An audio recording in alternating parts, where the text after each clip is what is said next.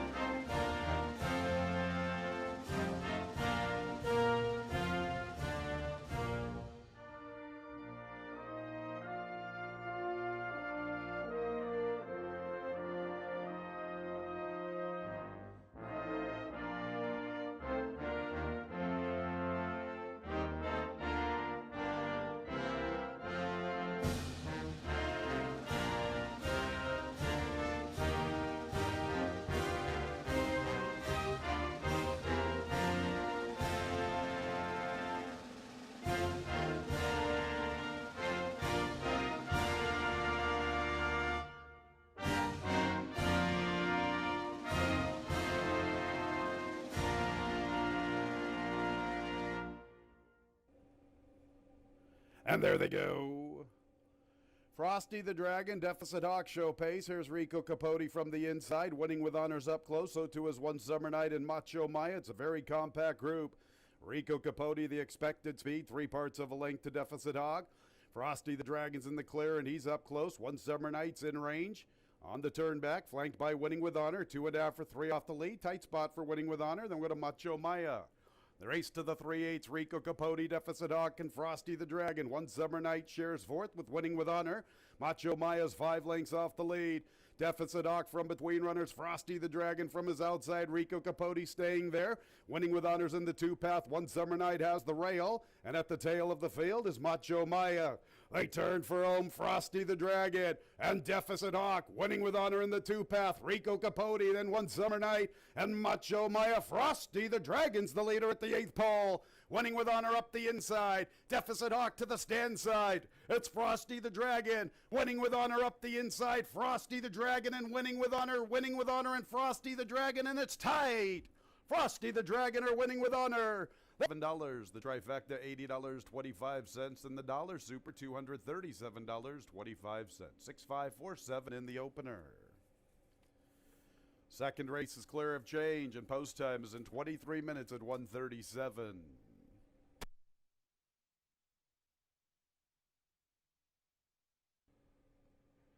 And there they go. Out for the lead, Traipse in Utopia, a reluctant pacemaker. It is very soft early. Moment of Triumph from the inside. Passion Police wants to go. Naz wants her to sit right there. Mom's Law from the inside, then Atacama. And Stream of Gold is at the back. So the pace is extremely soft. Moment of Triumph vying for the top spot with Traipse in Utopia. Passion Police has been eager from the very beginning. She's stalking 3 deep. Atacama's 4 wide. Mom's Law is only 2.5 off the pace. And Stream of Gold is reserved through the early stages. 5 lengths covers the 6 mares. They enter the backstretch. Traipse in Utopia. Moment of Triumph. Passion Police still wants to go.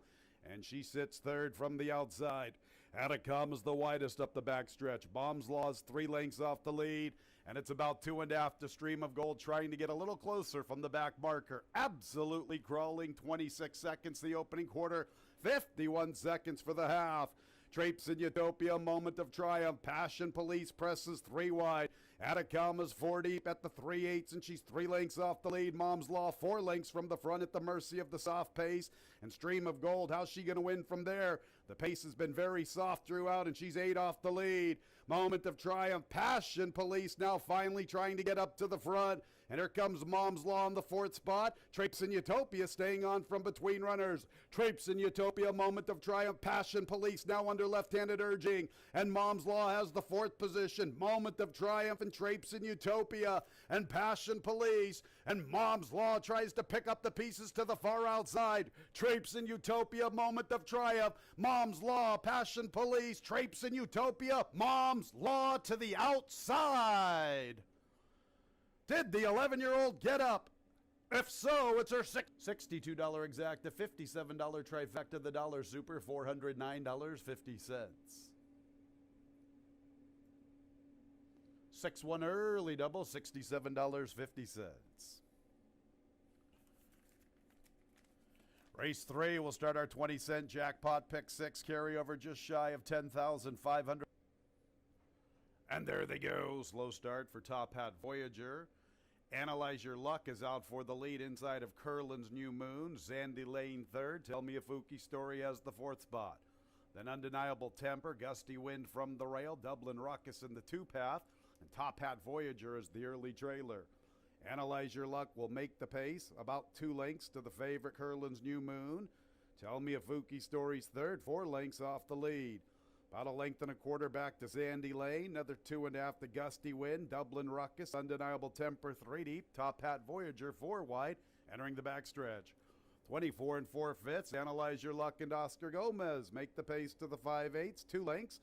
Curlin's New Moon stays close, stalking very smartly in the second position. Tell Me a Fooky Story and Zandy Lane are third and fourth, and they're a little more than 3 off the lead. 3.5 back to Top Hat Voyager, gaining some ground. He's gone from last to 5th. Then Undeniable Temper, Dublin Ruckus, Gusty Wins the last of all. 49 2/5, Analyze Your Luck and Curlin's New Moon making his move to the outside. Tell Me a Fooky Story's third, 3 off the lead. Zandy Lane, 3.5 or 4 from the front, little deep. Here's Top Hat Voyager. He's closing steadily along the inside. Top Hat Voyager 5 lengths off the lead. Looks like it's Curlin's New Moon's race at the top of the lane. He gets to the front, and he's kicking clear. Curlin's New Moon putting away Analyze Your Luck. Far outside, Tell Me a Fooky Story now trying to hit his stride. Dublin Ruckus up the inside. Curlin's New Moon stayed close to the soft pace, and he has kicked clear past the 16th. Curlin's New Moon in front. Tell Me a Fooky Story, second from Dublin Ruckus, and fourth place is tight. Analyze Your Luck. 7-2 exacta, $35.80. 7-2-4 trifecta, $61.75. The dollar super, $395.50. A 1-7 double, $31.40. 6-1-7 early pick 3, $64.37. And there they go. Out for the lead is Celtic Songstress with Wrong Side of History. Walleye wants to show pace from the rail. Pippi comes away in fourth. They'll go to Fortune's Girl. High Spirited second last. A little bit blue. The lone debutante is the last of all. From the inside, Walleye joins Celtic Songstress. Wrong Side of History pursues third. They'll go to Fortune's Girl, and Pippi's in the clear from the outside. Even farther out, High Spirited, a little bit blue. They race to the 3/8, Walleye and Celtic Songstress. Fortune's Girl gets a little closer from the inside. Wrong Side of History is backpedaling. Pippi has the fourth position, a little more than 2.5 off the lead. High Spirited is wide. A little bit blue's the widest of all. There's many chances at the top of the lane. And Pippi's trying to close in with the white face. Here comes Pippi, one from the outside. Walleye still with the lead. Pippi's making her move. High Spirited is also quickening. Pippi from between runners. High Spirited to the stand side. Walleye from the inside. 3-way thriller at the 16th. High Spirited and Walleye. Pippi is third. Then Wrong Side of History. High Spirited. Walleye's all heart from the inside. High Spirited. High Spirited from Walleye. Then Pippi and winner to start the pick 5. 6-1 exacta, $104.50. 6-1-7 trifecta, $69.75. Dollar super, 6-1-7-4, $289 and some change. 7-6 double, $45.80. 1-7-6 pick 3, $53.75. Pick 4. And there they go. Honor Thy Secret is out for the lead with Invasion Bound. Biggs Grade A wants to go. Honorable Gibson is fourth. Then Senrima take the edge to the extreme outside. Bubba Chuck advances inside of Teresa's Boy, and Center Street is the distant trailer. On the front end, Biggs Grade A, and to his outside is Invasion Bound. Honor Thy Secret from off the pace this afternoon despite stretching out, and he's more than 5.5 or 6 from the lead. It's 2.5 to Senrima, who races with Honorable Gibson. Another length and a half to take the edge. To his inside races Bubba Chuck. Teresa's Boy second last. Center Street is at the back of the pack. The clip is pretty good for the level. 23 3/5. Biggs Great Day, almost a length. Invasion Bound is second. Honor Thy Secret, still about 6 or 6.5 off the lead. Another length and a half to Bubba Chuck advancing from between runners. Zen Rima being pushed on from the inside. Break of Ford, Honorable Gibson, then Take the Edge. Teresa's Boys 3 behind them. Center Street can see them all. Biggs Grade A went quick on the lead and he's built it up. Biggs Grade A by nearly 8 lengths. Look at this performance so far. Bubba Chuck has the second spot. Zen Rima fires into third. Then Honor Thy Secret. Invasion Bound is quitting. Here's to the far outside. Take the Edge. But it's Biggs Grade A. 13-1 on the board. He's the one to reel in. Bubba Chuck continues to close after him. Biggs Grade A, the leader at the 8th pole. Bubba Chuck is a distant second. Zen Rima's third. Then Take the Edge from the inside. Races Center Street, but Biggs Grade A, he did all the work early. He's coming to a walk late, but he's well clear. Biggs Grade A in a big upset. From Bubba Chuck, Zen Rima, Take the Edge fourth for the Super. And Moriah Thoroughbreds LLC. Exacta 2-4, $120. 2-4-8 trifecta, $68.50. A 6-2 double, $366.50. The pick 3, 7-6-2, $308.25. And there they go. No Sense is showing speed from the far outside. Mow and Go is also forwardly positioned. Here's Destiny's Charge. Isaiah amongst the leader line. Lake Rudolph from the inside. Last look at the cat from the outside. Then we go to Kodiak Brown. He races inside of Political. Jerry's Junkyard second last. His boy Elroy is the last of 10. Mow and Go has the lead. Lake Rudolph is to his inside in second. Isaiah's from his outside in third. And farther out is No Sense. He's deep entering the backstretch. From between runners, we have Destiny's Charge with the Green Silks, one from the outside. Last look at the Cats, a little more than 3.5 off the lead, past the 5/8. 3 lengths to Kodiak Brown, isolated in the 7th position. I'm going to Jerry's Junkyard. Political, his boy Elroy's at the back. Mow and Go still calling the shots. Flanked by Isaiah. Destiny's Charge 3 wide. No Sense has been deep throughout. He's 4 wide heading into the turn. Lake Rudolph saves ground 5 lengths off the pace. Another length and a half to last look at the Cat. 4 lengths to his boy Elroy. His boy Elroy's closing along the inside. Kodiak Brown is a length behind him. I'm going to Political, and Jerry's Junkyard is at the back. Mow and Go and Isaiah. His boy Elroy continues to close. He makes a move for third. Lake Rudolph tries to quicken with him. And farther out in the field, there is Destiny's Charge. The favorite, Mow and Go's the one to come and catch. Mow and Go's the leader at the 8th pole. Isaiah remains in second, but he's losing ground. Lake Rudolph up the inside, then his boy Elroy. Kodiak Brown taking off late, minor placing. Mow and Go at 8-5. Mow and Go for 2 out of 3. Isaiah second. Third and fourth involves Lake Rudolph and Kodiak Brown. 2-3 exacta $22, 2-3-1 trifecta $34.87. The dollar super 2-3-1-6 $561.50. A 2-2 double $70.50. 6-2-2 pick 3 $277.75. 7th race, scratch 7. And there they go. There is a storm brewing is sent out to the lead from post position 2. Odin Steed is up close, so too is his stablemate Beta from the outside. Tryin' Smarten Up has the 4th position. And then we're going to Bucks Investment. Color Me Posy has been guided to the outside. Purple Silks. Now racing along the rail is Sneeds. The last 2 are Soul Fight and Dr. Marbooze. There is a storm brewing, establishes the pace by himself, more than a length. Beta stays close, so too does Odin. Steed third from the inside. Tryin' Smarten Up's in the 4th spot, a good 5 off the lead. 2 clear from Color Me Posy, who's in the clear with that big stride. Sneeds races with him from the rail. They get away from Bucks Investment to this point. 2.5 to Dr. Marbooze inside of Soul Fight. 23-3 the opening quarter, 47 3/5 the half. There is a storm brewing, better than a length to Odin Steed, and Beta's third from the outside. Color Me Posy continues to improve his position. He's within 5.5. He's in the 4th spot, and he's closing in steadily. Another 3 lengths to Dr. Marbooze, who's picking up his stride into 5th. Dr. Marbooze is on the move. The others have work to do. Tryin' Smarten Up, Sneed, Soul Fight, and Bucks Investment. There's a storm brewing. He's the one to catch at the quarter pole. Both of the Ferraro trainees give chase. Beta second, Odin Steed third. Dr. Marbuz continues to close. He's vying for fourth with Color Me Pazzi. They still got to step up and get to there is a storm brewing. He needs one more furlong for the money. Odin Steed makes a big time challenge from the rail. Here's Odin Steed up the inside. Odin Steed finds the front, kicks for the wire. Odin Steed is the winner. From there is a storm brewing. Beta distant third. Color Me Pazzi fourth for the Super. Reds and JMJ Racing Stable. 1-2 exact to $12. The trifecta $13.25. 1-2-9 the winning combination. 1-2-9 $5 Super. I'll get back to that one. The 2-1 double $20. 2-2-1 pick 3 $51.25.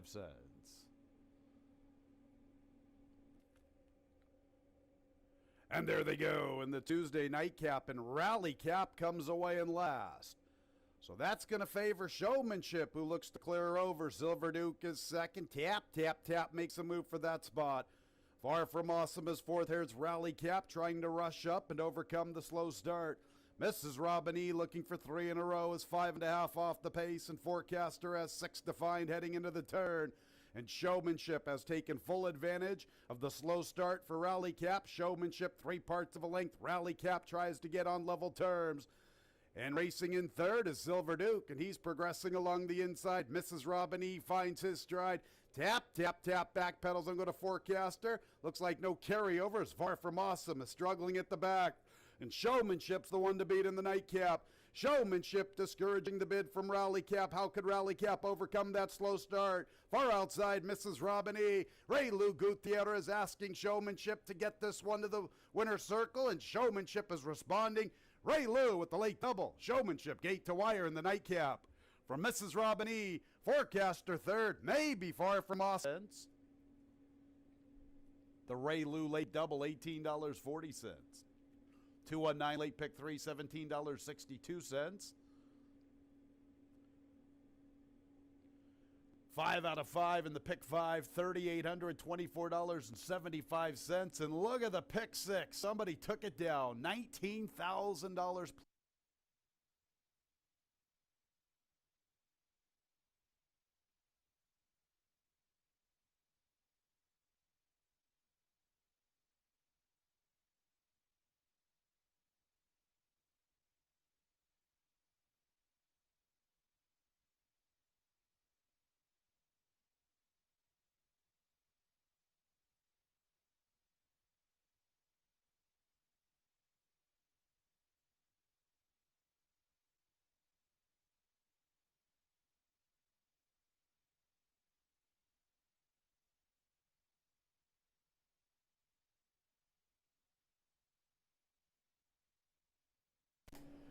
Pleasant good afternoon, ladies and gentlemen. Welcome to Finger Lakes Gaming and Racetrack. Our Wednesday opener in about 42 minutes. 1:10 is the scheduled post time for race 1, an 8-race card, a sloppy track. Here are the changes. First 3 races are clear of change. No changes races 1, 2, and 3. Race 1 starts the early double, the early pick 3, and the early pick 4. And the third race will start our pick 6. No carryover. Somebody took down the pool yesterday for just shy of $20,000. Fourth race will start the Wednesday pick 5. Couple of scratches, 1A and 5. Our Alley Cat and Ganondagon. 1A, Our Alley Cat, and 5 Ganondagon, both scratched from the 4th. Fifth race starts the late pick 4. There are no changes in the 5th. Race 6 will start our late pick 3, number 3, Bella Invasion, 1 pound over. The 7th race will begin the late daily double. Scratch number 6, Clara's Gone West. 6, Clara's Gone West out of the 7th. And in the 8th and final, our Wednesday nightcap, scratch number 10, Charlie Riffick. 10, Charlie Riffick, scratched from the nightcap. 8 races, a sloppy racetrack. 1:10 is the post time. Final 4 days here at Finger Lakes for the 2020 season. Up next, Mr. Dave Batice.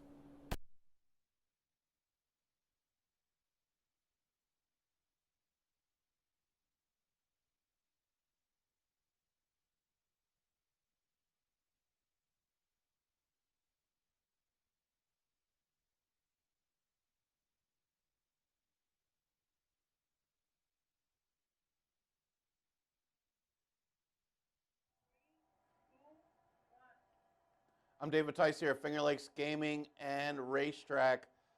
Yeah, we've been getting some wet weather the last few days. Going to start with a sloppy track, but the sun just came out. We're expecting it to be relatively nice, maybe for the rest of the card. It's supposed to rain again later, so let's just hope that the rain holds off for the rest of the day, at least for the race card.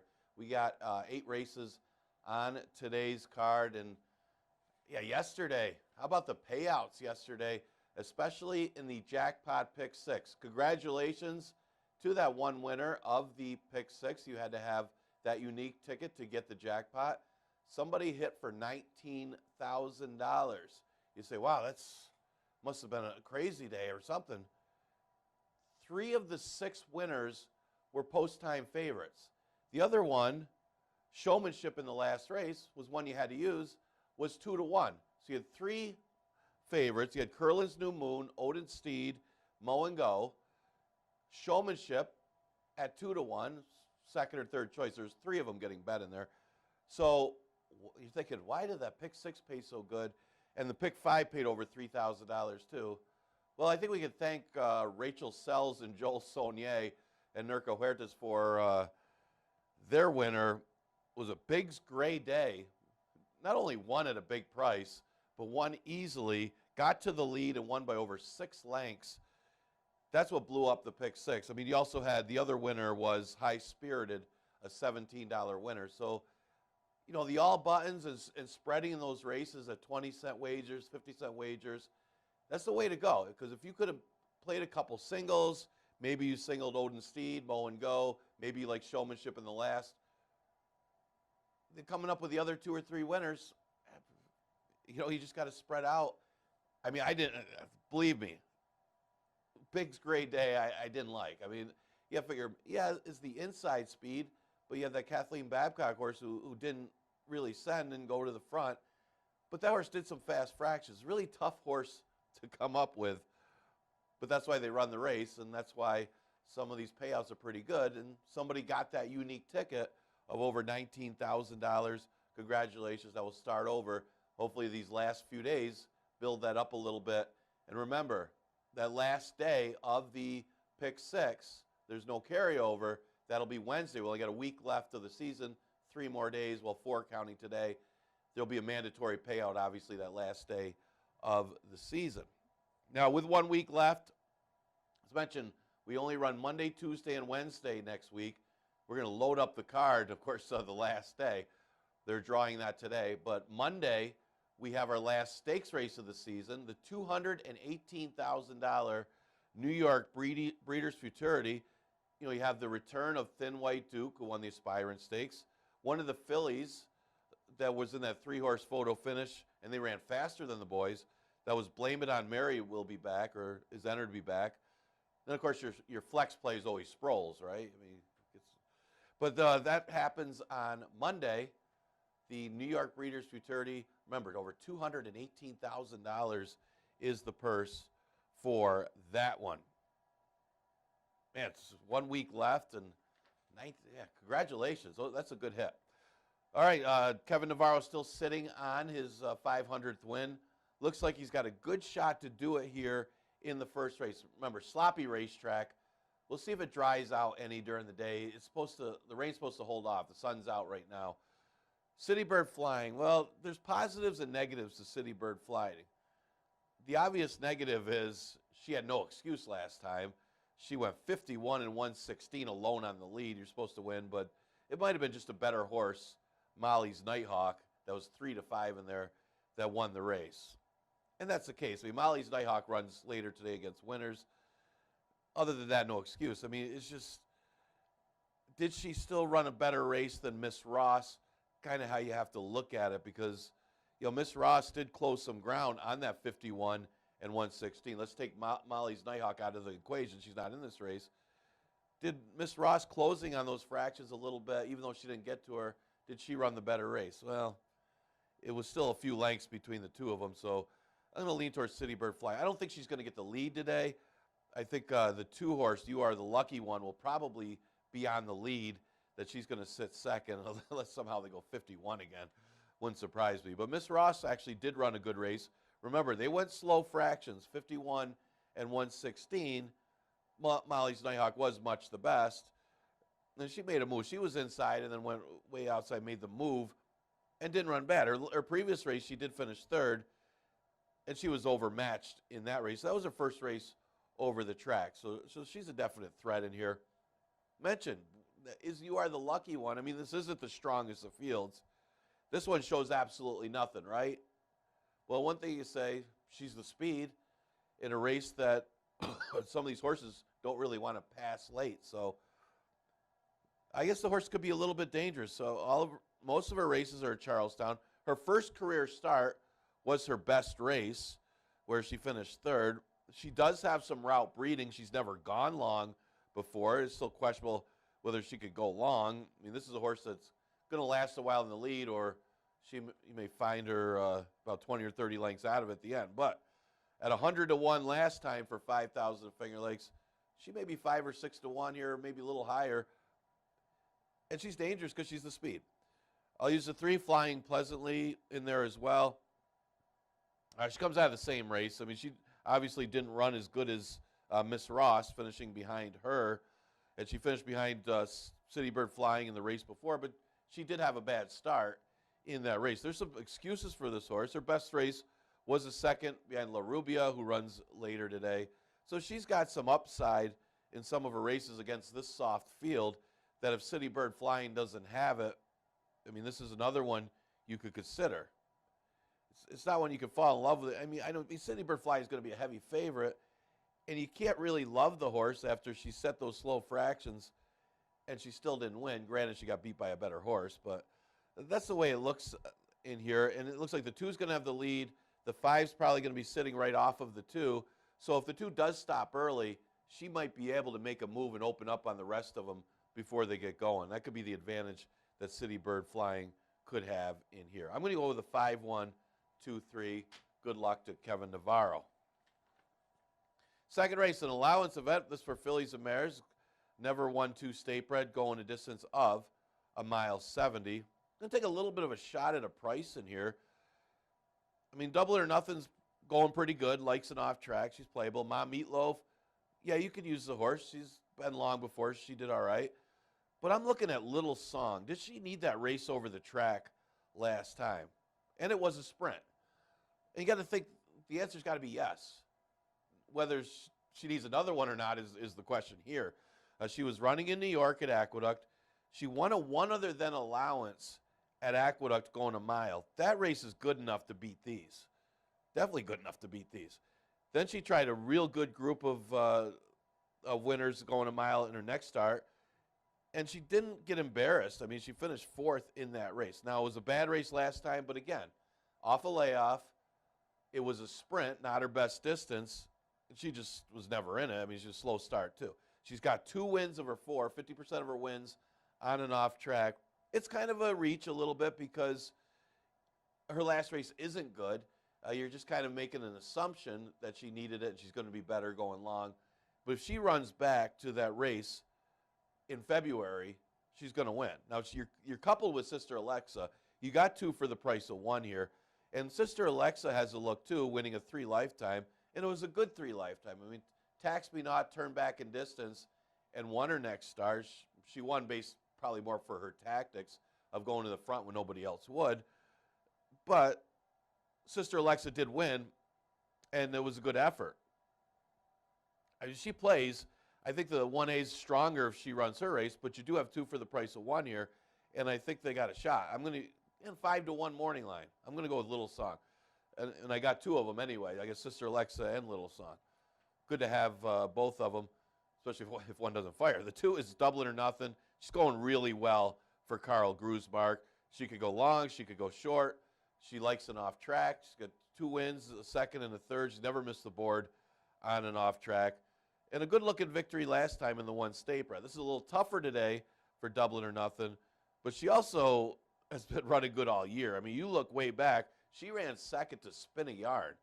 So she's been sharp all season long, and she came in here with a race under her belt at Belmont. Maybe that race got her sharp, and she's been tough. So Carl Grusmark's done a good job with her, and she's been winning races. Got her second.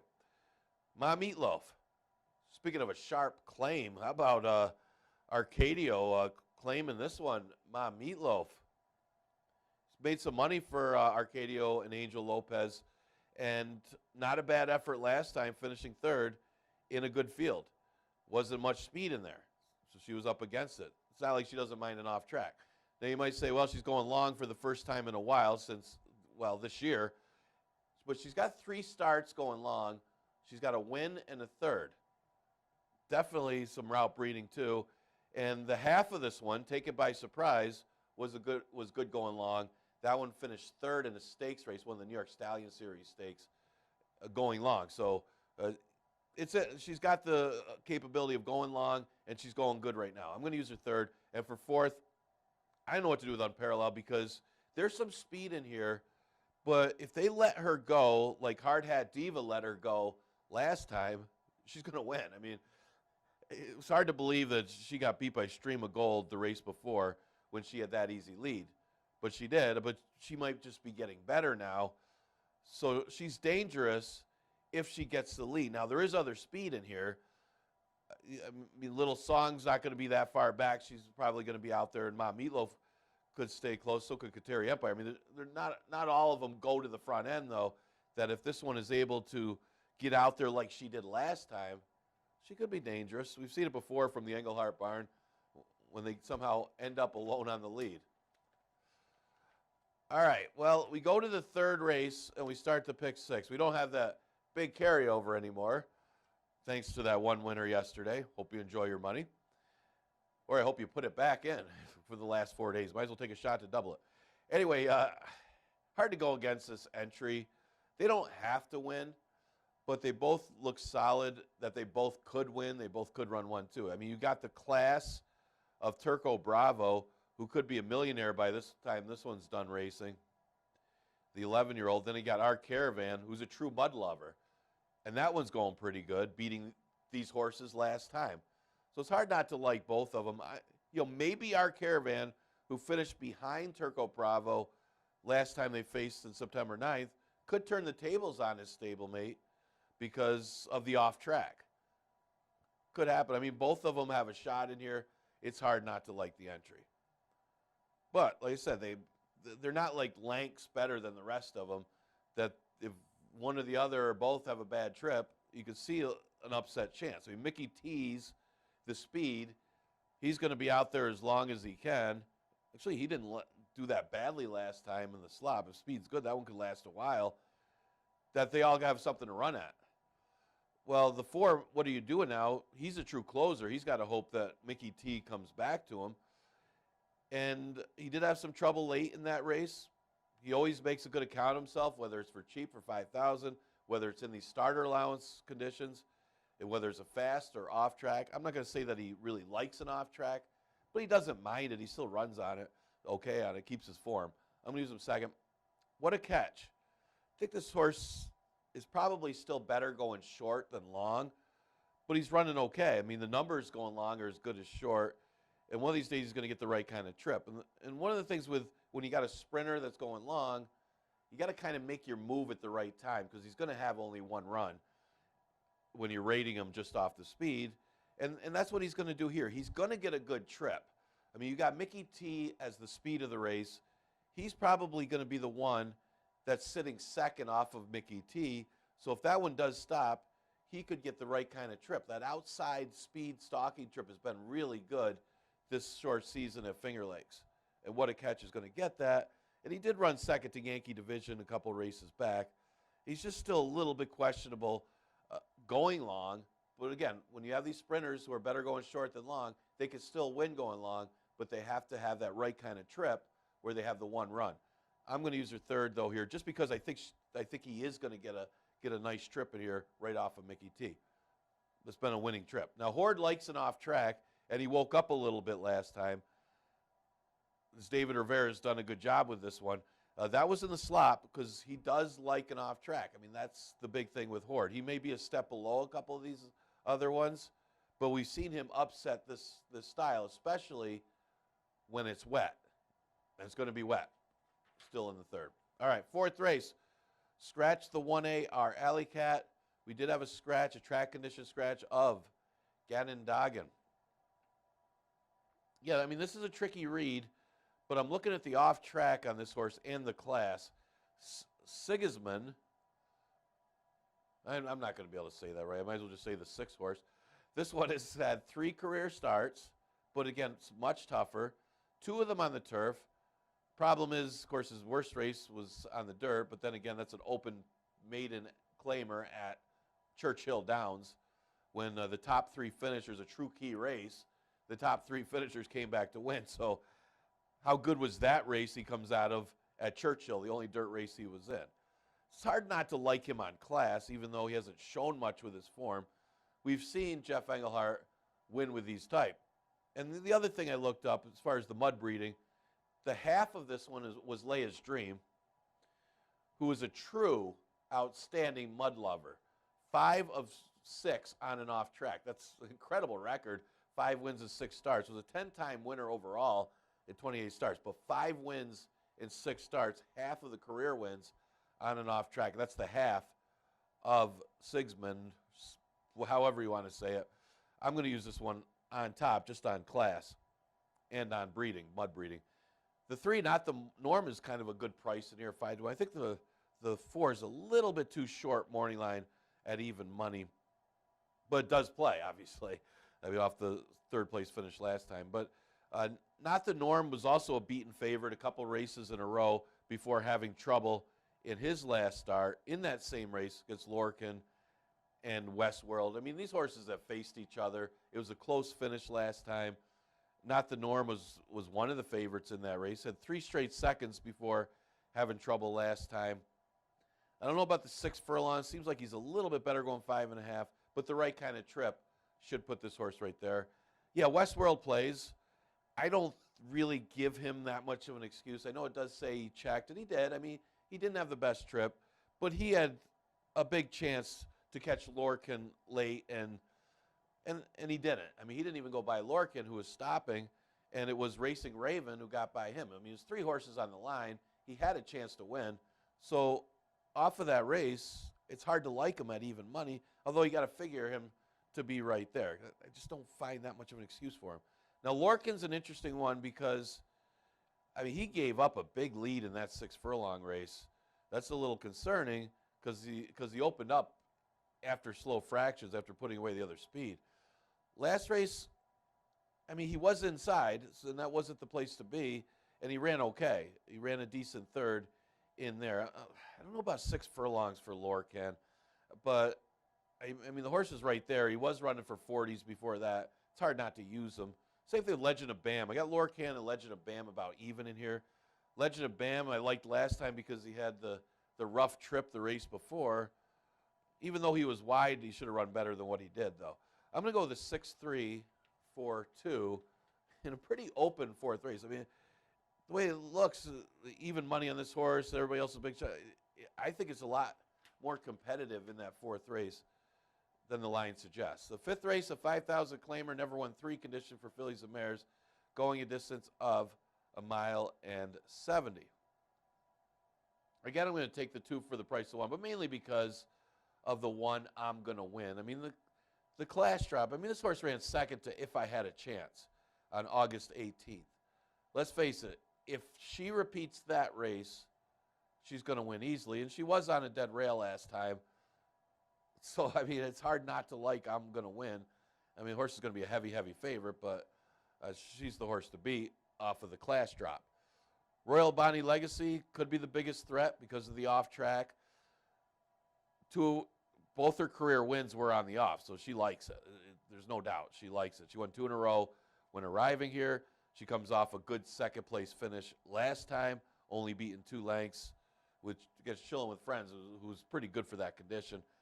I'm using her 2nd. Not going out on a limb here on my exacta. And even I try. I mean, Tuxedo Lemon just got beat more by the pace flow than anything. As Y'all Come Now was just outside of a quitting speed horse on a dead rail and just was basically lone speed from that moment on. I think it was Swaggerette, just stopped early, and that one just was able to open up. Now, one of the two wins was on an off track for Tuxedo Lemon, and you can't fault the horse because she was closing late. She just couldn't catch a horse that was just long gone the way the pace flow went. Using her third and for fourth, you just don't know what to do with Hard Hat Diva. I mean, she compromised herself by not even trying. I mean, she probably was avoiding the duel with Unparalleled, but if you go with that horse, she's going to stop. Of course, this one's probably going to stop too. She's obviously not the same horse that she was, but the only time for 5,000, the tactics gave her no chance anyway because she didn't even try for the lead. She looks like she's the speed here if they opt to go for the lead, if that's the tactics. It's just a matter of, does she have it anymore? I mean, she still quit pretty badly in that race, but that's not her running style, trying to rate. She's got to go to the front if she has any chance. She is the speed, so if she can turn her form around here, staying at 5,000, she's got a shot to win. I mean, Ferraro's got another one like that later in the card that I think the last race, you don't know what to do. It looks like the speed, but the form lately has been bad. But sometimes when they get out there on the lead, they get pretty brave. All right, sixth race, 5,000 claimer, going a distance of 1.70 miles. Man, you got some big class drops in this race. And, well, it is getting to the end of the year. I mean, you got Tropical Storm M, looks like the logical horse. A little questionable on the off track is Tropical Storm M, though. I guess that's the main concern. Last race wasn't good for this horse, but, yeah, it was on the rail. And it's like a recurring theme. Of course, lately the rail's been a little bit better since about that time until like the 13th of October that's about when the dead rail had stopped. But the race before, I mean, it wasn't terrible. It was going good before that. Granted, had some nice pace flow in those races where there were just paceless fields. But this is 5,000. The big drop to 5 makes Tropical Storm M pretty tough. I mean, but the problem is there's other class drops. I mean, you got the 9 Dixie Queen, who ran 5th in that race against Shadalamo. I mean, finished right with Tropical Storm M. So if you like Tropical Storm M, you kind of got to like Dixie Queen too. They finished together. One's 5-2, one's 10-1. Go figure. And who knows? Dixie Queen might be a little better on the off track. Could turn the tables on. Well, didn't even turn the tables. Actually finished ahead of Tropical Storm M in her last start. So if you like one, you got to like the other. I'm using them one too. Molly's Nighthawk, how good is she? Just mentioned, I mean, City Bird Flying, yes, it's a bad field. But City Bird Flying did have 51 and 116, and this horse still blew by her. I mean, yes, she's a much better horse than that one. But that one just barely gave any resistance after going those slow fractions.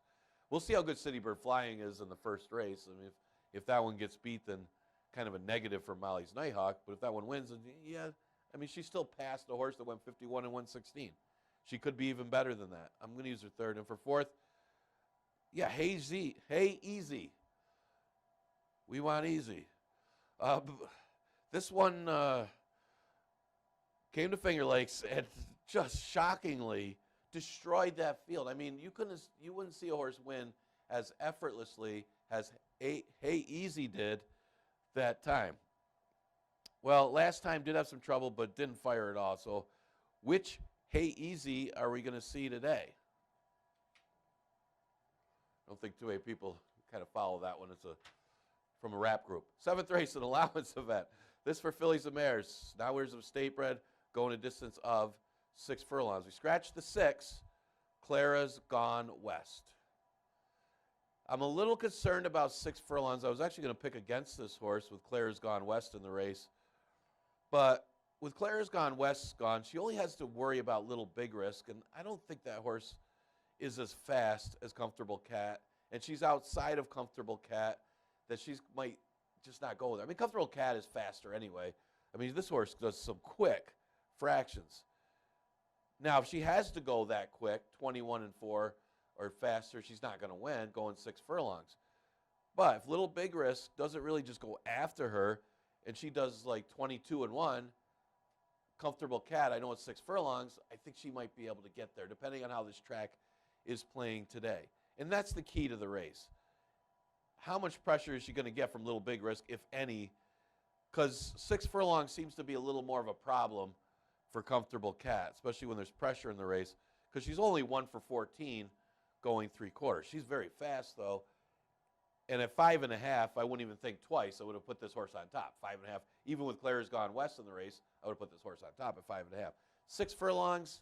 There's some question marks about her getting 6 furlongs, but I'm thinking that she's going to break out to the lead, and Little Big Risk is not going to go 21-4 with her because that one's going to finish last. The Comfortable Cat would be the one to just blow out there and try to hold off the closers, which is probably My Girl Annie and Dosage and Mimosas are the two that were closing together last time. Both like an off track. They got to hope Comfortable Cat kind of comes back to them. They finished together last time. My Girl Annie kind of drew away a little bit from Dosage and Mimosas at the end, but they both ran equal races. Especially with the off track today, you got to expect them both to like it, that they could run second and third and maybe have a chance to beat Comfortable Cat if that one does stop. Alpha Girl, she's getting better with every start, as Chris Engelhard horses often do. She got beat by Little Big Risk, but that was because Little Big Risk got an easy lead and held her off. She almost got to her anyway, going 5.5 furlongs. If she wasn't on the dead rail, she probably would have beat her. And then the next two starts, yeah, she's won. And I was really surprised last time that she won. This horse is just getting better and better with every start. Whether she can beat allowance horses, that's another question mark. But she's certainly bred and has shown she likes an off track. All right, better get done here. Run out of time. Scratch a 10, Charlie Riffick. Mentioned the Grand Canal. He's probably going to either win or get last. So what do? I put him third. Engineers Report. Horrible trip last time. Got shut off by Craigville Beach trying to come up the inside. And that was it. Probably might have won the race. Taking a shot, 6-1. Craigville Beach, logical horse. Won the 2 Lifetime pretty easily when he was able to get an easy lead. Does have the Grand Canal outside him.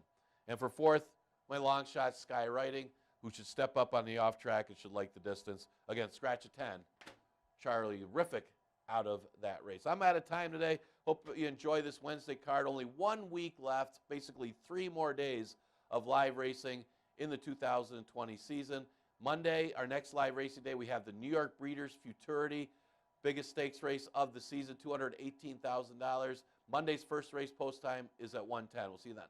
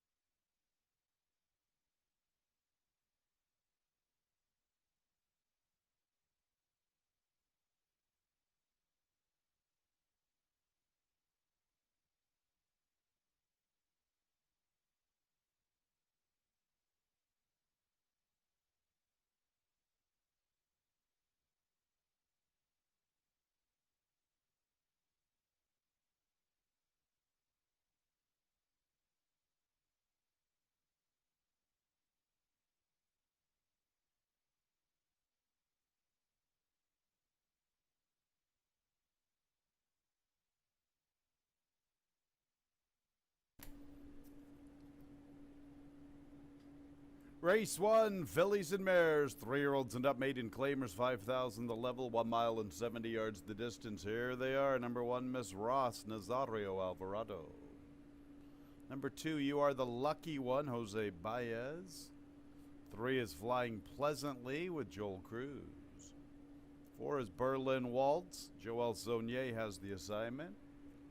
Next will be the 5, City Bird Flying with Kevin Navarro. The favorite at 6-5. The 1, Miss Ross, is the second choice at 9-5. And completing the post parade is the 6, Pasture Princess with Tomei Alpander. And this one is a stablemate to the 2, You Are the Lucky One. Both of the fillies conditioned by Dylan Clark. No changes in our Wednesday opener, a sloppy racetrack, an 8-race card. Race 1 starts the early double, the early pick 3, and the early pick 4. And post time is in 3 minutes at 1:10.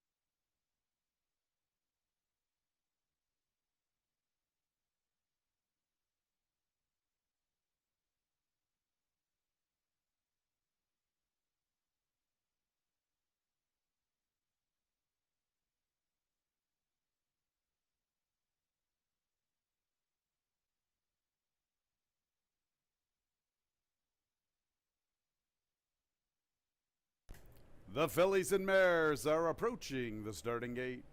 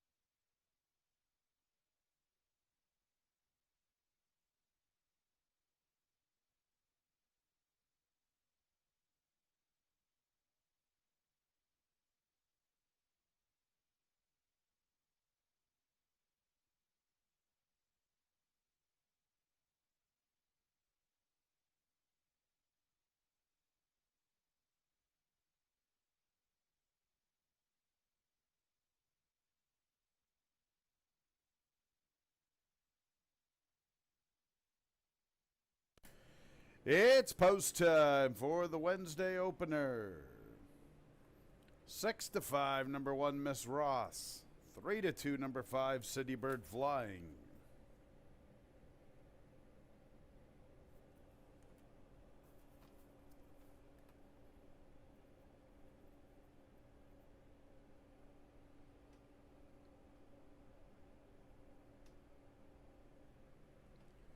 Miss Ross is in. You Are the Lucky One will be next.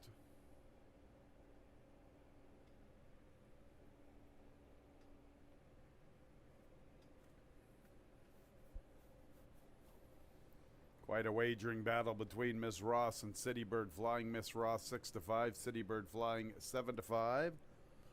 You Are the Lucky One is in. Here's her stablemate Pasture Princess to the far outside. Here is the lone mare Flying Pleasantly.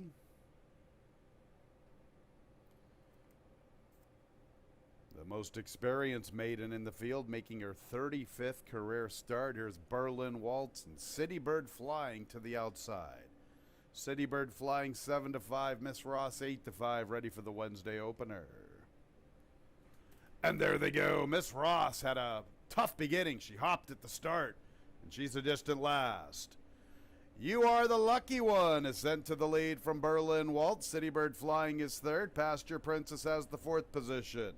Then we go to the mare Flying Pleasantly, and Miss Ross made a mess of the start. She's the last of six. There is some pace up front between You Are the Lucky One and Berlin Waltz. They keep each other company, and they open up nearly 5 lengths to City Bird Flying third. A length back to Flying Pleasantly from the rail, and Pasture Princess 3 deep. And Miss Ross is to the far outside entering the backstretch, and she's a good 9 lengths off the pace. They race to the 5/8, and now Berlin Waltz comes away with the lead from You Are the Lucky One. Break of 6 lengths to City Bird Flying in third.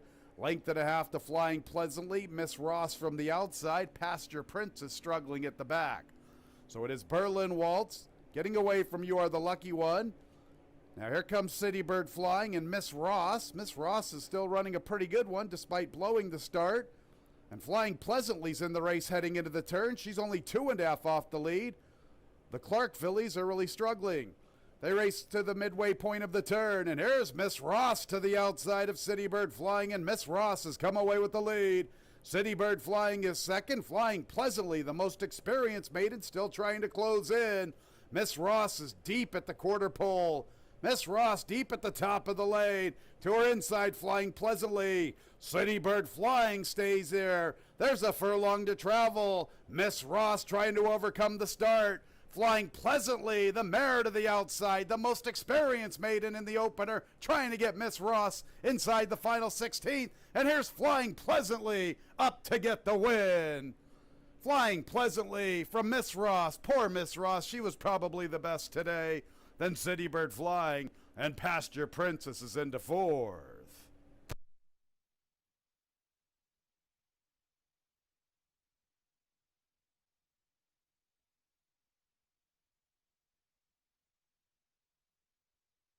$152 and 42/100ths the final time.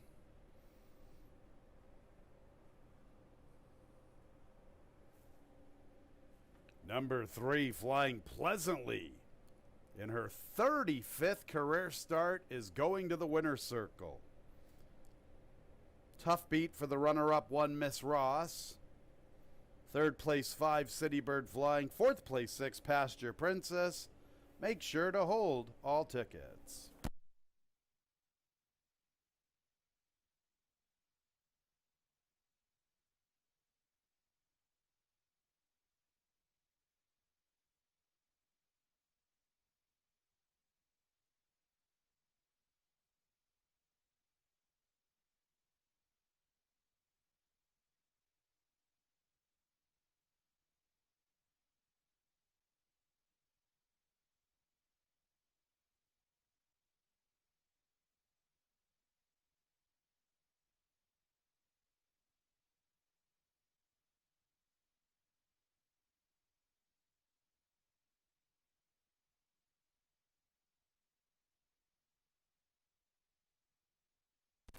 Flying Pleasantly makes her way into the winner's circle.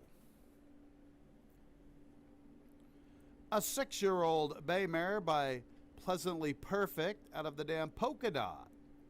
Owned and trained by Alexandra Hilligas. The winning jockey is Joel Cruz. The winner was Bred in Kentucky by Andrea Johnson. And race 1 is official. 3-1-5-6, the top 4 finishers. The exacta returns $50.50.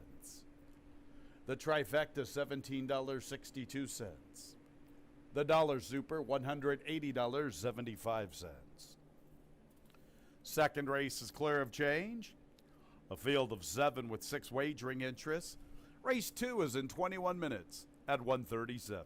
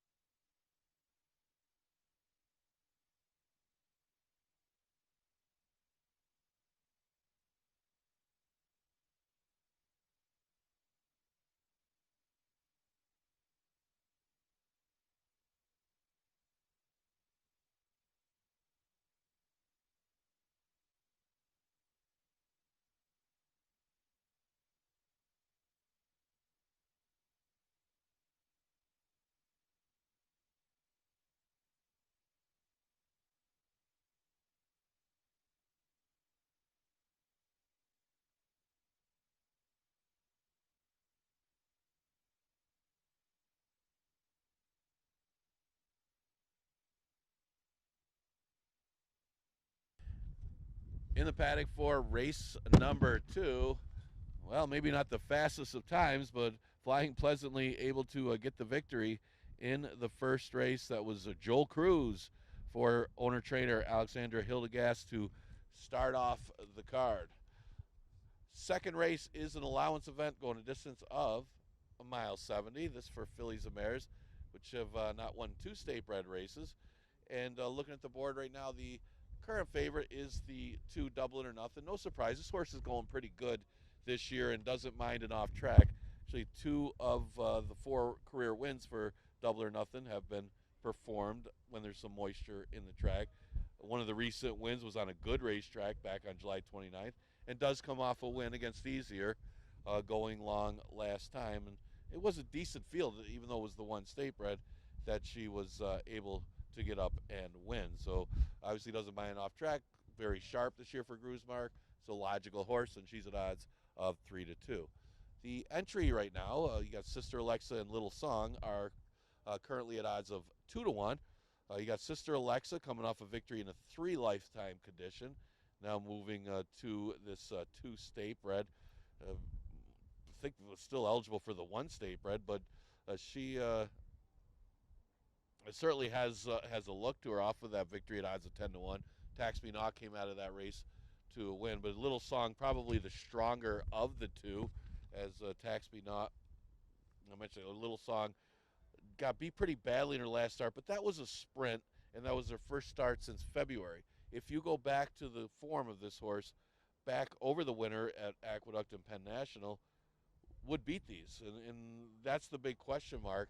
Can she run back to those races at Aqueduct and Penn National? Just that recent race of February, I don't want to say it's recent, but on February 15th, she beat that one other than allowance race at Aqueduct by 2 lengths. That race is good enough to beat these, but now got to question which Sister or Little Song will show up today. The 6 is Ma Meatloaf, going pretty well since the claim for Arcadio Lopez, as this one has won 2 races for the New Connections. It comes off a good third last time in the 2 state bred. Now will stretch out. She does have some route experience in her past, with 3 route attempts in her career, 1 win and a third with those 3 route attempts. Mentioned it earlier, the half to this one, taken by surprise, was 3rd in a stakes race going long, and certainly a router. So the route breeding is there for Ma Meatloaf. That's a few of the horses getting some play here for the second race. Exacta Tri Super Daily Double and Pick 3 starts here.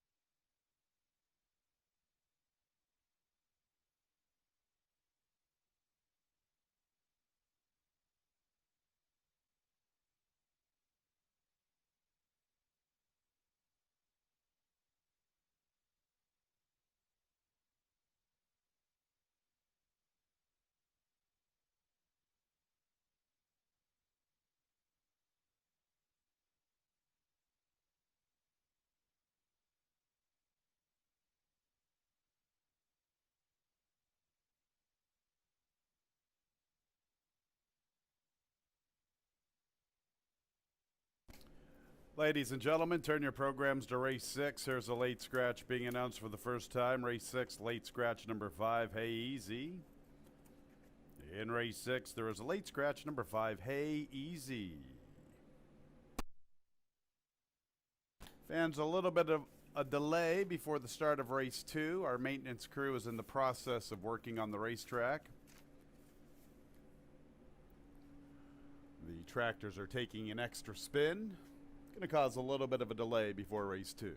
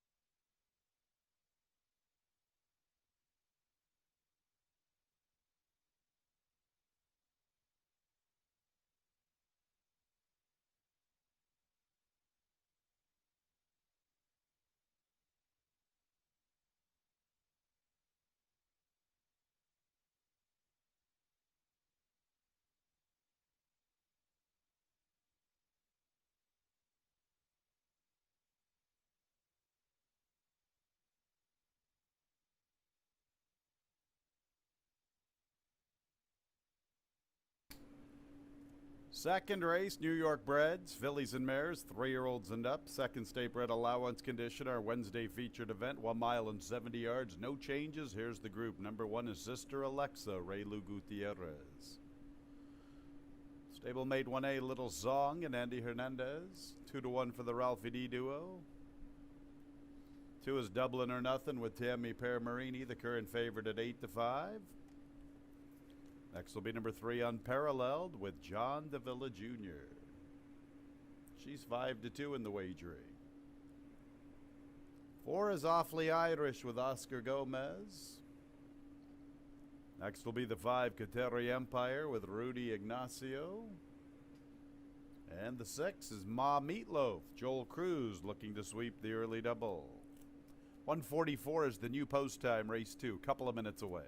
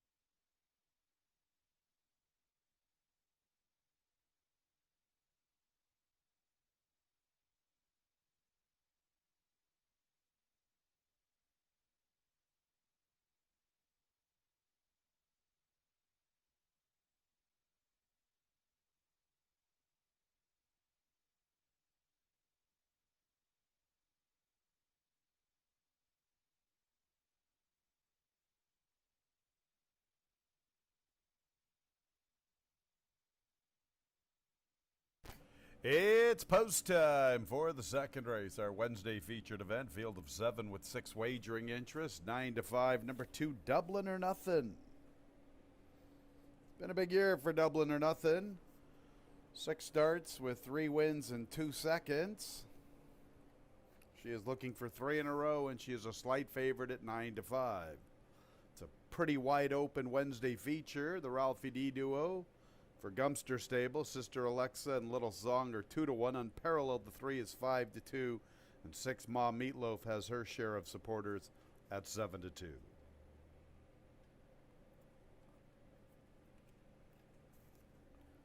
Little Zong is in. Up next will be Awfully Irish.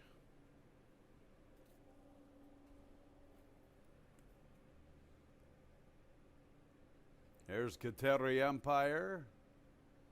And Ma Meatloaf, the last of 7 to the outside. Ready for the Wednesday feature. And there they go. From the far outside, Ma Meatloaf will show pace. Unparalleled is mixing it up. Dublin or Nothing's up close. And so too is Little Song. They're with Awfully Irish. Kateri Empire very wide at the 7/8. And Sister Alexa's in the 2-path, and she's up close. It's a very compact group. In fact, a little bit of contact between the stablemates of Sister Alexa and Little Song. Sister Alexa's a little bit bigger, and she muscled into that spot. Unparalleled has the lead from Dublin or Nothing. Sister Alexa is stalking in the clear. And farther out races Ma Meatloaf. Kateri Empire has been deep throughout. Little Song is a little less than 5 lengths from Unparalleled. And Awfully Irish is a good 8 or 9 from the pace. Unparalleled, uncontested up the backstretch run. A length and a half to Sister Alexa. Unparalleled, guided to the extreme outside. Dublin or Nothing is pinned against the rail. Kateri Empire continues with her wide journey. Ma Meatloaf's matching her. They both advance outside of Dublin or Nothing. Little Song is 6 off the lead heading into the turn. And Awfully Irish is 9 lengths from the front. Unparalleled still with the lead. Sister Alexa stays close. Kateri Empire from the outside. Unparalleled doing the best work midway through the turn. She's threatening to skip away. A widening 3. Make it 4. Unparalleled is opening up. Dublin or Nothing now tries to begin her move up the inside of Ma Meatloaf. Look at Awfully Irish. Little Songs at the back. Unparalleled. Very deep turning for home. She has the lead. Dublin or Nothing has a lot of heart, and she's closing along the inside. Unparalleled past the 8th pole with the lead. Dublin or Nothing will make a race out of it. Here comes Dublin or Nothing up the inside. Dublin or Nothing, a filly with a bright future. She's all heart, and look at her register 3 in a row. Dublin or Nothing out finishes. Unparalleled in the run to the wire in the Wednesday feature. Sister Alexa 3rd, then Ma Meatloaf, and Awfully Irish.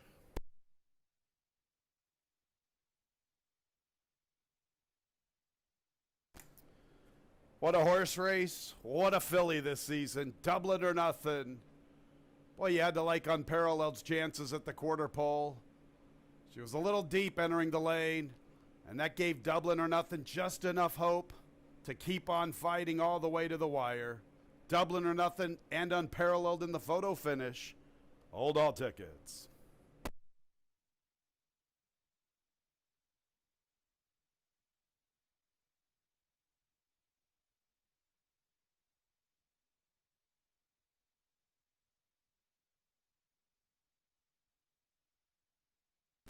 $147 and 98/100ths the final time. Number 2, Dublin or Nothing first.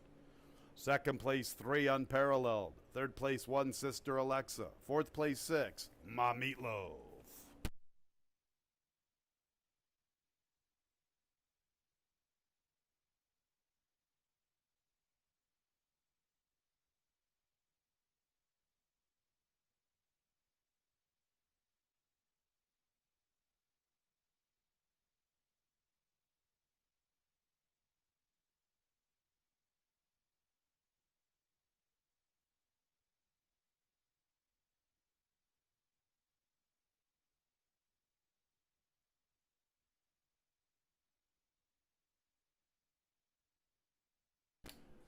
Dublin or Nothing's in the winner's circle. Give her 3 in a row. A 4-year-old bay filly by Dublin out of the damn shade. Goodbye. 3 in a row, and 4 out of 5 are 5th overall. She's owned by David Kramer and Anthony Spadea Jr. Her trainer is Carl Grusmark, and her jockey is Tammy Permarini. Dublin or Nothing was bred in New York by her owners. The objection sign is up on the board. A jockey's objection, 6 against 1. Joel Cruz. Jockey aboard 6, Ma Meatloaf, has lodged an objection against Raylu Gutierrez. Jockey aboard 1, Sister Alexa. The objection does not affect the unofficial top 2 finishers, and the alleged incident occurred in the vicinity of the quarter pole. Jockey's objection, 6 against 1. Hold all tickets.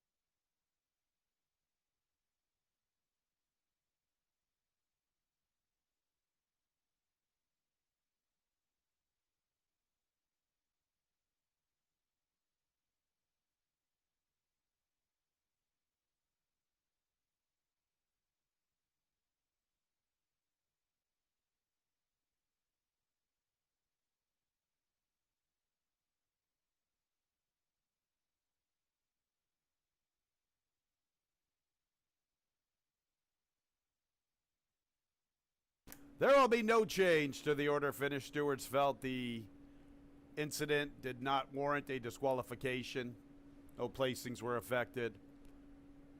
Race 2 will stand as is. 2316. 2316 on the board. Race 2 is official.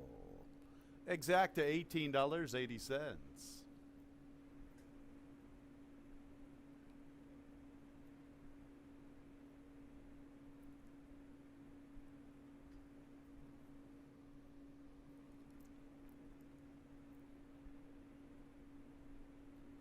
231 trifecta, $10.55. 2316 super, $40.50. 3-2 early double. The early double returns $53. No changes in today's third race. Race 3 will start our 20-cent jackpot pick 6. No carryover. Somebody took it down yesterday just under 20K. Nonetheless, the pick 6 goes on, and it starts in about 19 minutes at 2:11.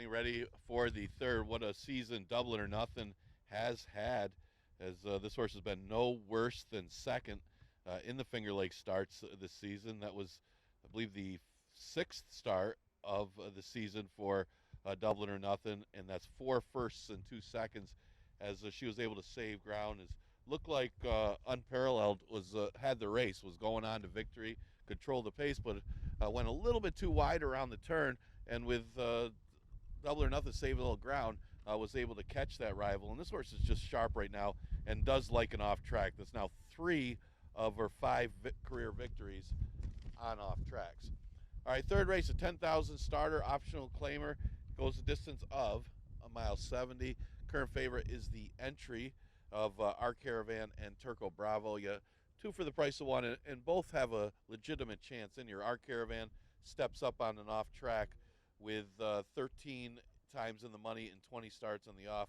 Comes off a victory last time against these horses on an off track. Did get a nice pace scenario to close close ground and on an outside favoring track, but still, this horse at age 9 still going pretty well. It's been a win machine with 22 career victories. Turco Bravo has 19 victories, but has made over $900,000 in his career. Classy horse that comes off a victory last time he was here at Finger Lakes, then tried Presque Isle competition. A little tougher spot down there. Now comes back to Finger Lakes in this starter allowance condition, which he had won back on September 9th. Depends on the trip here. Both of them like to come from out of it, so it may come down to the pace flow. There isn't a lot of speed in here. The 5-horse, Mickey T, appears to be the main speed of the race. It's just a question, is he good enough? He actually held on pretty well as the main speed last time to be 4th. Obviously no excuse, but it was the first time going along in a while since July, and he did get the lead. Should have the lead again today, should Mickey T. As the question is, can he run a little bit better than last time to be good enough to beat these? But he'll try to control the pace up front. He's currently at odds of 3-1, so getting some action. What a Catch will probably be the closest one to him early. So Mickey T probably get a good trip in here right outside of Mickey T. Just a matter of wanting to win going long. Did lose to these type of horses last time from the rail, but did get outside at some point. But the couple starts going long, the 3 starts, he's kind of flattened out in the late stages, so he'll have to get the right kind of trip. He's right now at odds of 6-1. Most of the early money, though, on the entry for Michael S. Ferraro, Exactitry, Super Daily Double Pick 3, and the Pick 6, the Jackpot Pick 6, starts here.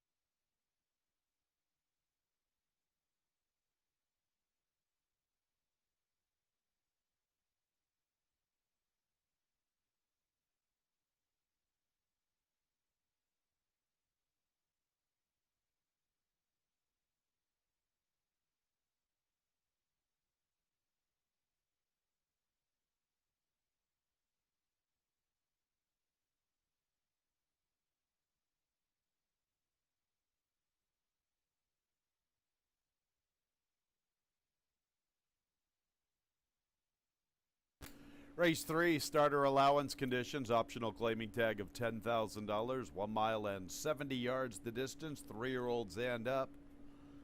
No changes. Here's the field. Number 1, Our Caravan with Andre Worry. Coupled in the wagering with 1A Turco Bravo and Raylu Gutierrez, 1-2 for the Michael S. Ferraro entry. Number 2 is Horde with Oscar Gomez. Next will be the 3, Mucho Mas Grande and Kevin Navarro. Number 4 is What Are You Doing Now with Andy Hernandez. He's a stablemate to the 3, Mucho Mas Grande. 5 is Mickey T. Joel Cruz looking for another winner. And 6 is What a Catch with Luis Perez. Field of 7, 6 wagering interests. This is the first leg of our Wednesday Pick 6. And post time is in 3 minutes at 2:11. Now, fans, let's go to the 5th race. Here's a jockey change being announced for the first time in the 5th race. New jockey number 6. She loves it. Jose Baez. Race 5, number 6. She loves it. New jockey, Jose Baez.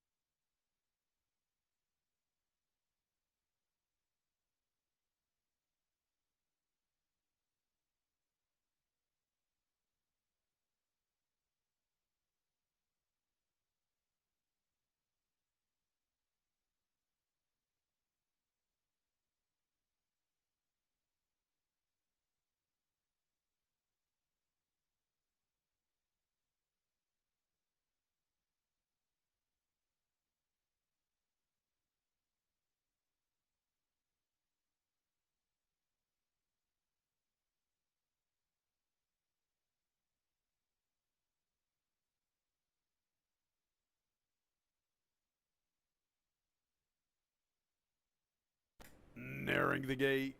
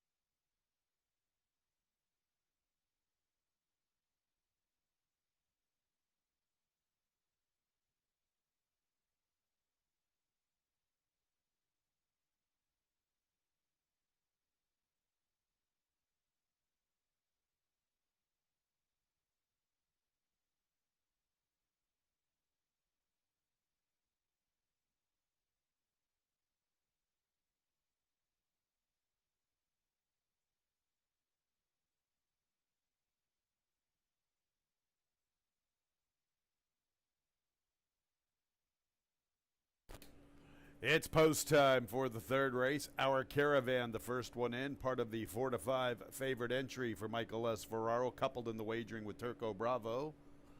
Number 2, Horde, is well respected. He's 3 to 1. Now the entry, the Ferraro entry, down to 2 to 5. So 2 to 5, Our Caravan, Turco Bravo. 3 to 1, Horde. Double digits for the remaining 4.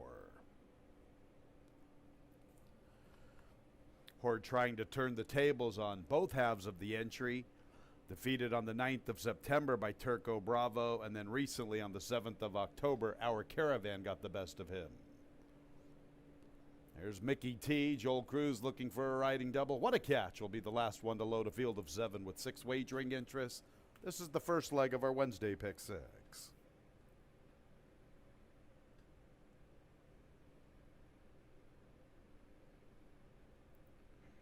And there they go. Mickey T shows pace. What a Catch, prominently positioned from the top shelf. Along the inside is Horde with Our Caravan. Mucho Mas Grande runs with them. Turco Bravo saves ground. What are you doing now is the last of 7. Mickey T makes the pace from What a Catch. Our Caravan guided off the rail. He's in the clear. Turco Bravo will cover the rail. He's 3 lengths off the lead. Almost 3 lengths to Horde, little more than 6 from the front, covering What are you doing now? Mucho Mas Grande, little less than 8 lengths off the pace. And it's Mickey T and Joel Cruz, almost a length to What a Catch and Luis Perez. Our Caravan in the clear, Turco Bravo from the rail. It's a break of nearly 4 lengths to Horde, who has the 5th position. 3 parts of a length to What are you doing now? Another 4 lengths to Mucho Mas Grande. 25 and 1/5, and What a Catch is going to turn up the pressure on Mickey T past the half-mile marker. 3 lengths to Our Caravan in the clear. Turco Bravo, his stablemate, still matching him from the rail. Nearly 5 lengths to Horde, and What are you doing now? 2.5 to Mucho Mas Grande. What a Catch up to the front from Mickey T. Turco Bravo has been hugging the rail throughout, and here he comes along the inside. And Our Caravan remains in the clear, and he's ready to quicken. So Turco Bravo's up to the front from What a Catch. Mickey T's back to 3rd. Our Caravan is 4th.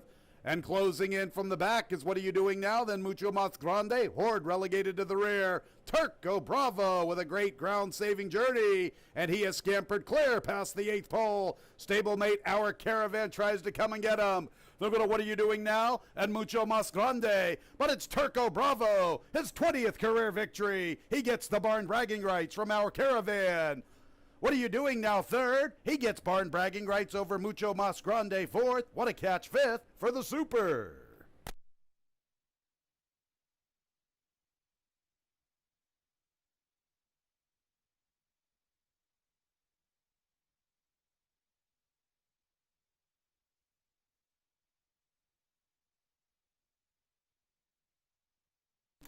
.146 and 22 100ths the final time. Ground-saving journey for Turco Bravo under Raylu Gutierrez. Our Caravan wanted to be in the clear. Turco Bravo by more than 2 on the line. 3rd place 4, What are you doing now? 4th place 3, Mucho Mas Grande. Looks like the 6, What a Catch, checked in 5th for the Super. 1A, 1, 4, 3, 6, top 5 finishers. 6, What a Catch, completing the Super.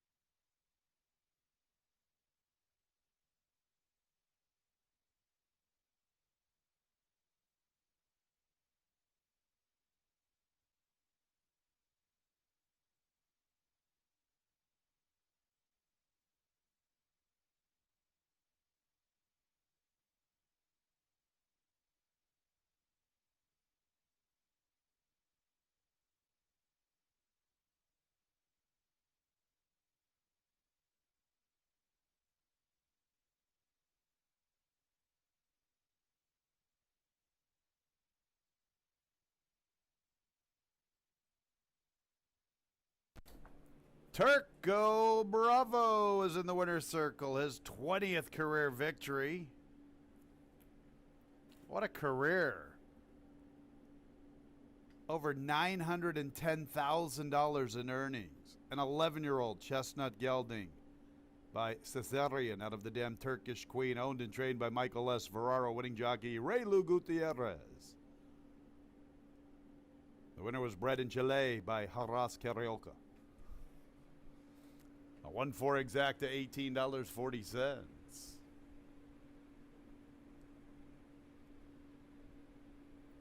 143 trifecta, $20.37. The dollar super, $91.75.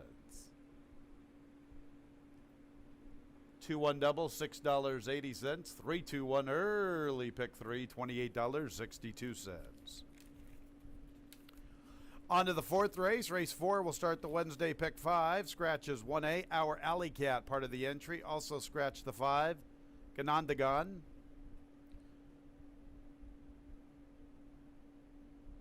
1A and 5 out of the 4th. The 6, Sigismund. The ownership line should read My Racehorse Stable.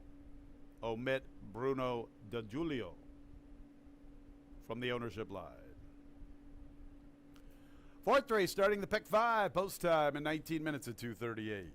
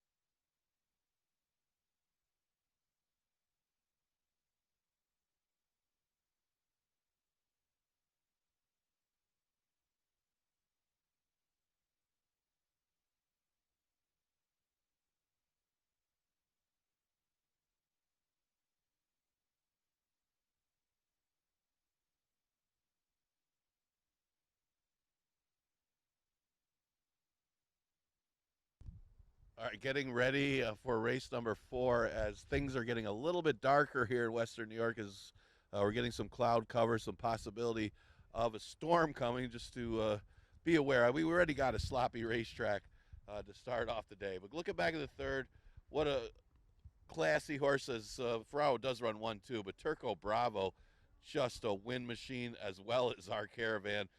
The only problem with our Caravan is he had to run against stablemate Turco Bravo. Well, Ray Gutierrez got that one to victory for Ferraro as he dominates race number 3. Just tough pair to try to beat. 5,000 maiden claimers. The fourth goes 6 furlongs. We scratch the 1A. Our Alley Cat and scratch the 5. Ganin Doggin. The 6 horse is Sigismund, who did run third in the debut on turf. Only start on the dirt was at Churchill Downs against maiden claimers in that race. So kind of unproven on the dirt, but one thing you can say about him is he should like an off track. The half to this one was Leia's Dream, was an absolute mud lover, was 5 for 6 on an off track. So let's see if this one likes it. He certainly has the breeding to like the off. But the other thing is the drop in class. This should be easier competition than what he's been facing. Westworld was right there when dropping to 5,000 last time. No major excuse. He had them in his sights. He was between horses. He got outkicked by Racing Raven outside of him when he lost that one. See if he's definitely a player off of that effort. Maybe runs better second time at the $5,000 level, but he's definitely a top 3 threat off of that effort and is getting some play right now at odds of 3-1. At 9-2 is the 7. That's Indians Get Up and Go. This is a mass spread who will try these maiden claimers. Did run for 12.5 back in July of 2019. We haven't seen this horse here because he's been in those mass spread restricted conditions on the turf at Fort Erie and running okay in those races. Not sure those were the strongest of competition, but then again, neither is this when he's running for 5,000. So the only thing you can really gauge it by is the only Finger Lakes start was against Tougher, and he did show a little bit in that race when he ran third. So definitely not out of it is this mass spread. Indians Get Up and Go, but really tough to gauge where he is right now with only 2 starts this year, and they were both on the turf. So that's a few of the horses getting some play here for race number 4. Exactitry Super Daily Double, Pick 3 and Pick 5 starts with this race.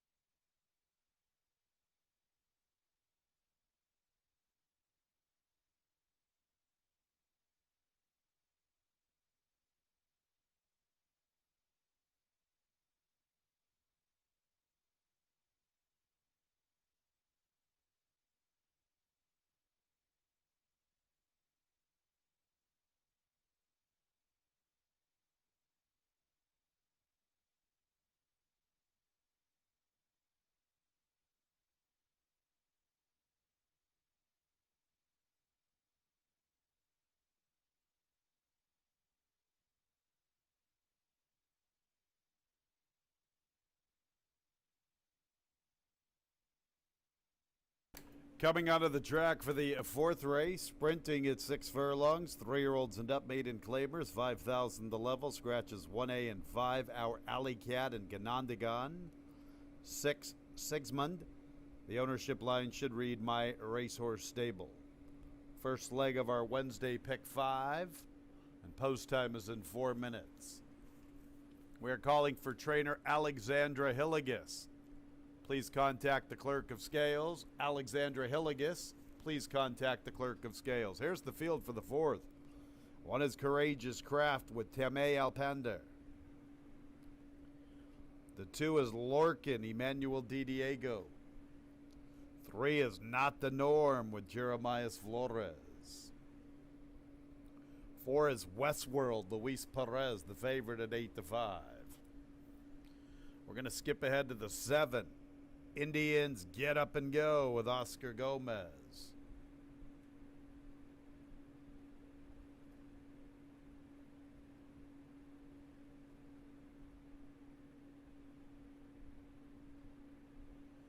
All right, we're going to stick with the 6. Sigismund, Andre Worry. There's the 7. Indians Get Up and Go, Oscar Gomez. The 8 is Carrier Tomcat with Kevin Navarro. And the 9 is Legend of Bam with Jose Baez. Couple of minutes until the 4th.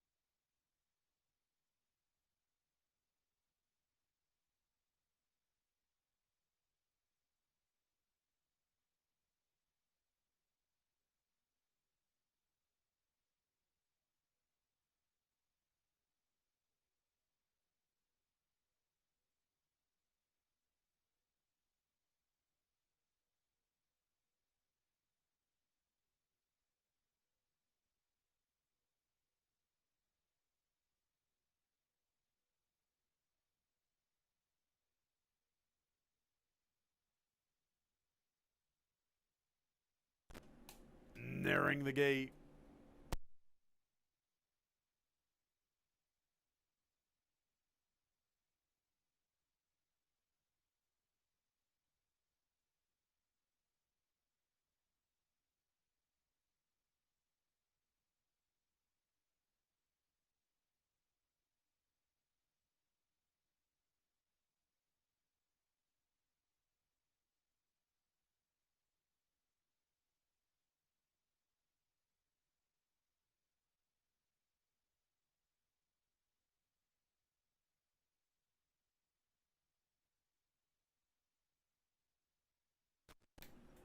It's post time for the 4th race, the start of our Wednesday pick 5. Number 4, Westworld is the favorite at 8-5. Number 6, Sigismund is 3-1 in the 7. Indians Get Up and Go is 7-2 on the board. Courageous Craft, the first of 8 into the gate. Here comes Lorcan.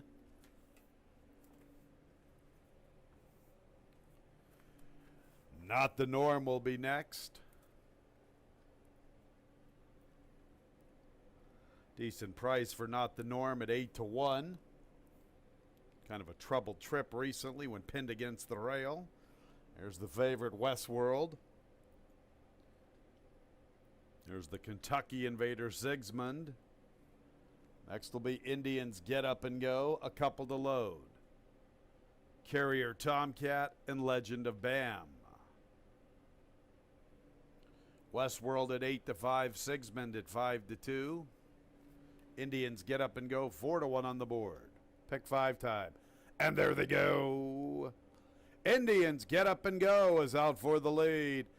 Also showing some pace is Sigismund. From the rail comes Courageous Craft, not the norm, forwardly positioned. He's in the 2-path with the Black Silks. Legend of Bam vying for second from the far outside. Lorcan is about 4.5 lengths off the lead. Going with him, Carrier Tomcat, and towards the tail of the field is the favorite, Westworld. Indians Get Up and Go is the speed, leads by nearly 1.5 lengths to Not the Norm, pursuing to the 3/8. Legend of Bam is third from the outside, little more than 2.5 off the lead. About 2.5 for 3 to Courageous Craft with Carrier Tomcat. Westworld begins his move from the outside. Lorcan tries to quicken in the 2-path. Sigismund's not firing, he's at the back. In the meantime, here comes Not the Norm. Not the Norm's making his move for the top spot inside of Indians Get Up and Go. Not the Norm gets to the front at the 3/16. Indians Get Up and Go has a little fight to him. He stays on. Not the Norm with the lead past the 8th pole. Indians Get Up and Go still fighting on. Not the Norm going better. Not the Norm 7-1. Thought the price was right. Not the Norm in front. Indians Get Up and Go second. Lorcan third. Westworld checked in fourth.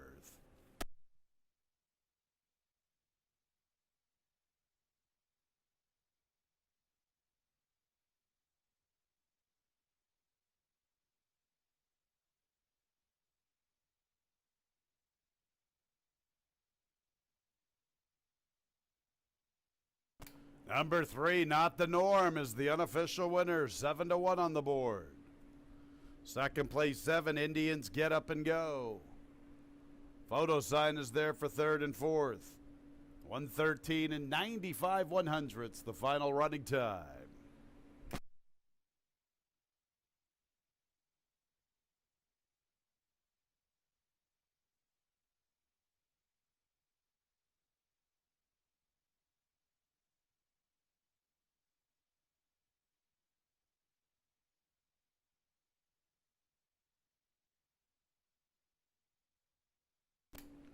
Results of the photo, third place.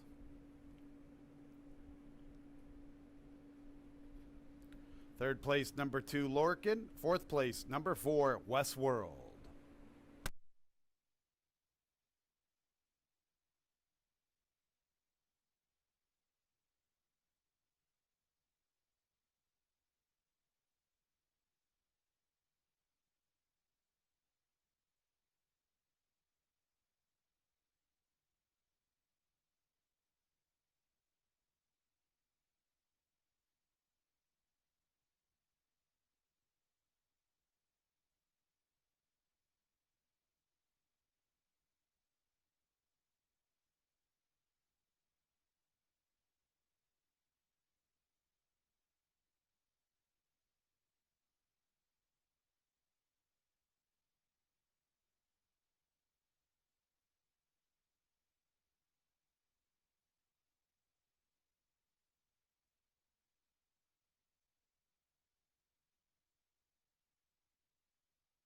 Race 4 is official, 3-7-2-4 on the board.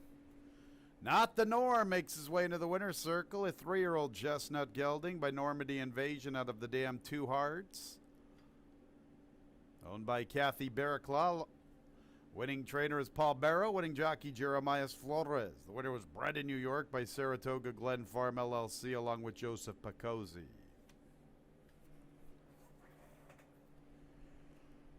Some big prices, 3-7 exacta, $210.50. The 1-3 double, $25.80. 2-1-3 pick 3, $17.50. 3 with 2 with 1 with 3. The early pick 4, $370.75. 372 trifecta, $294. The dollar super 3724, $923.50.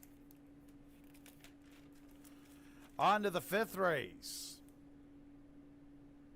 Race 5 will start the late pick 4. Jose Baez, new jockey 6, she loves it. The fifth race is in 21 minutes. 3:05 is the post time.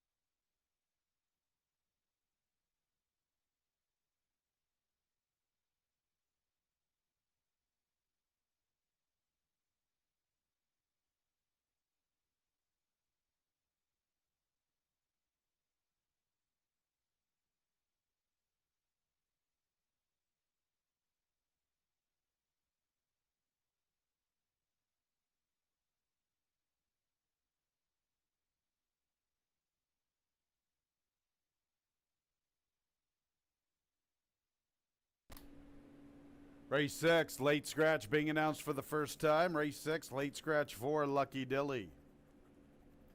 In race 6, late scratch 4, Lucky Dilly.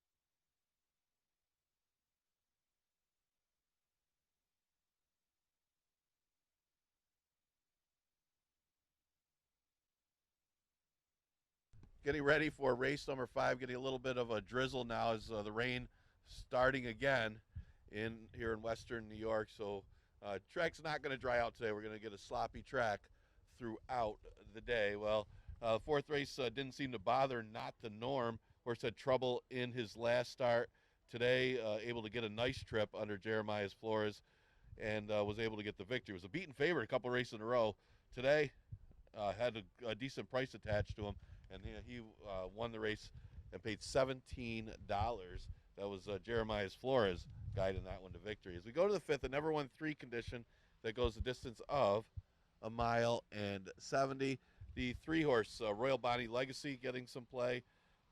Not a surprise as this horse has had some success on and off track. Well, probably would have beaten those fields anyway, coming in here from the Meadowlands. But the fact that she was able to do it on off track is an extra positive, even though she was 4-5 when she won in the slop. This year, she's had 2 starts. First start wasn't so good, maybe needed it. Stretched out last time and improved a lot with the addition of Lasix and ran a good second. So she definitely plays in here, and she's getting play as a favorite right now. The entry is going to get some action too, as I'm going to win takes a significant drop in class all the way to the bottom after running 5th against allowance horses last time. Pretty good allowance field, was on a dead rail. The race before ran second to If I Had a Chance. So if this horse repeats that effort on August 18th, simply just wins this race. But, you know, there is an if there. And right now at odds of 2-1 coupled with Big Tequila. And Big Tequila on her best could be competitive in this race. But you don't know which Big Tequila is going to show up. The field that she beat earlier this year wasn't the strongest. The 8 is Shine Like Bobby. She broke her maiden against 75s pretty easily against Molly's Nighthawk. We'll see later today. But last race wasn't that bad, as she beat a decent field of winners when dropping from an allowance race. So she's not out of this one if she could get the right kind of trip.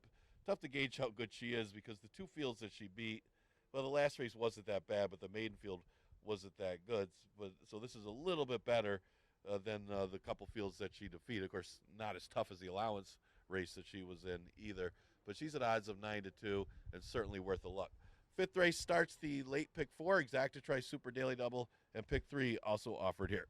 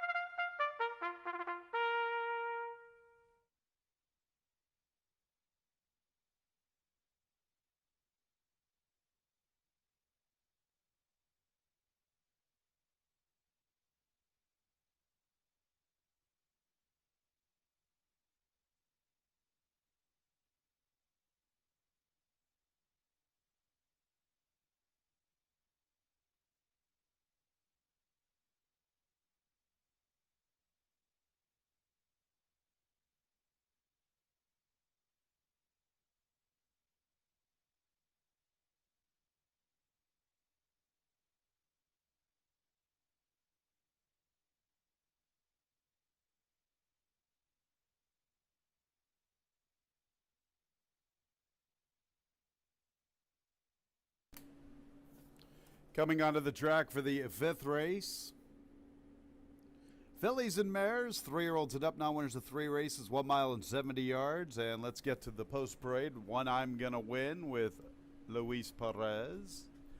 The 1A is Big Tequila and Andy Hernandez. On to the 2, Tuxedo Lemon, Tammy Permarini looking for a riding double. Carl Gruzmark a training double. Raylu Gutierrez looking for his second winner on the Wednesday card. He's the jock aboard the 3, Royal Bonnie Legacy. 4 is Overturned, one of the long shots with Dean Freites.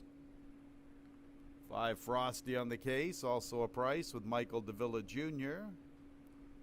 And here's another one of the big bombs, the 6, She Loves It. Jose Baez picks up the mount. Make the jockey Jose Baez. 7 is Hard Hat Diva Andre Worry. Michael S. Ferraro looking for his second training score on the card. As is Alexandra Hilligas, the trainer of number 8, Shine Like Bobby. And Shine Like Bobby's jockey is Kevin Navarro. 3:11 is the post time. Race 5 starts our late pick 4.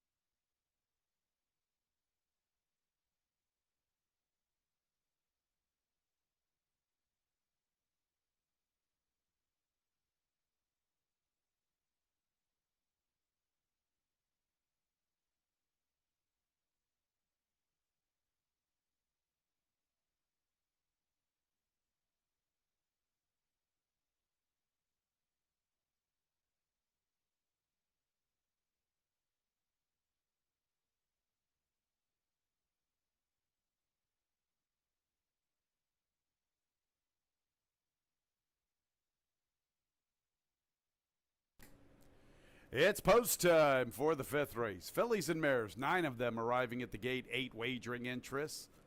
9-5 for Mike Lasesse's duo, I'm Gonna Win, and Big Tequila. 9-5, number 3, Royal Bonnie Legacy. Current favorite, 3, Royal Bonnie Legacy. First leg of our late pick 4. There's Overturned. I'm Gonna Win. Big Tequila.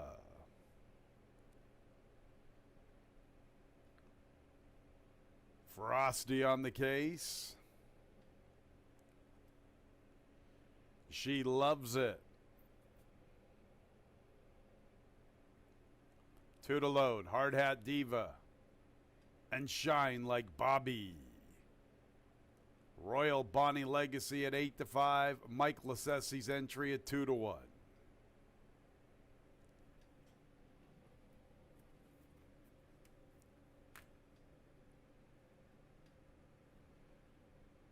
Lots of movement from Frosty on the case. And there they go. She loves it. Comes away in last. Frosty on the case had plenty of movement before the start, but she's contesting the pace of Hard Hat Diva, who's a little quicker. Hard Hat Diva from the outside looking to cross over. Royal Bonnie Legacy makes a move for second inside of Big Tequila. Frosty on the case goes with them. I'm going to win as the fifth position. Going with her is Tuxedo Lemon. In a tight spot from between runners is overturned. She loves it as four wide through the clubhouse turn. And Shine Like Bobby is the early and distant trailer. On the front end, making the pace, Hard Hat Diva. Sent hard from the gate, clearing away at the 5/8, 3 lengths to Royal Bonnie Legacy. Frosty on the case, 3 wide. Big Tequila splits them. Another 3.5 to Tuxedo Lemon. I'm going to win from the far outside. She loves it 3 deep, overturned in the 2 path, and Shine Like Bobby still at the back. 49 second half for Hard Hat Diva. All alone on the lead. Almost 4 lengths to the long shot. Frosty on the case. Royal Bonnie Legacy is third from the rail. I'm going to win as 7 to find, and here she comes. I'm going to win. Now picking up her stride midway through the turn. She looks like one of the players after Hard Hat Diva. Along the inside is Tuxedo Lemon. She's in the 5th position. And to her outside, races, she loves it. And here's Shine Like Bobby beginning her big strong move. I'm going to win's making a strong move with Royal Bonnie Legacy. Royal Bonnie Legacy and I'm going to win, and Shine Like Bobby to the far outside. Tuxedo Lemon strides into 4th. Royal Bonnie Legacy, I'm going to win. Shine Like Bobby's into 3rd. To the inside, Tuxedo Lemon. It's Royal Bonnie Legacy. Royal Bonnie Legacy saved ground. Raylu's been doing that today, and give him a double. Royal Bonnie Legacy from I'm going to win. 3rd and 4th involves Tuxedo Lemon and Shine Like Bobby.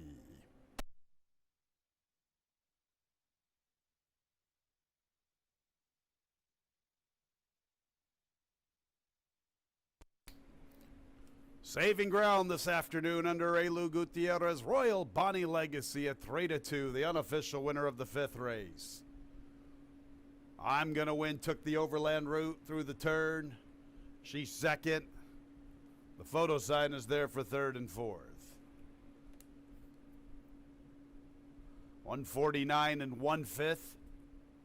The unofficial running time. Make sure to hold all tickets.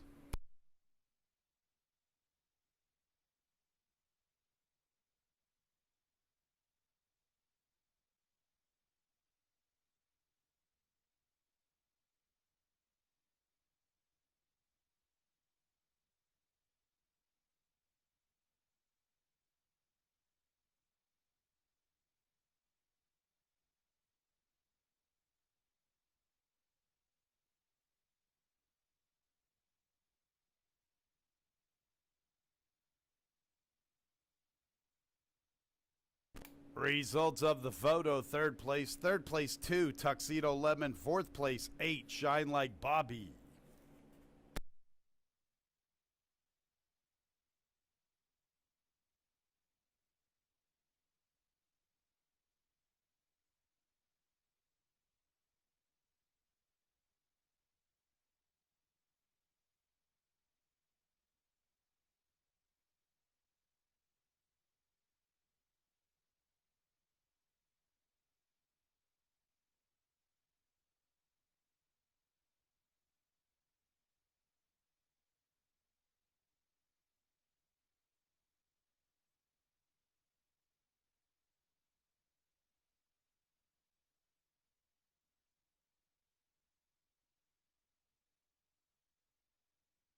Royal Bonnie Legacy makes her way into the winner's circle. A 5-year-old bay mare by Include out of the dam Royal Bonnie, owned by Bonaventure Stables. Winning trainer is Jeremiah Engelhart. A double for Raylu Gutierrez. The winner was bred in New York by her owners.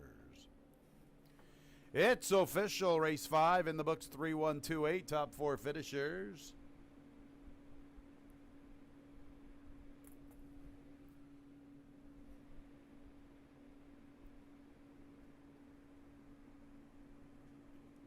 Exacta $15.80. The trifecta $12.45. The dollar super $92.25.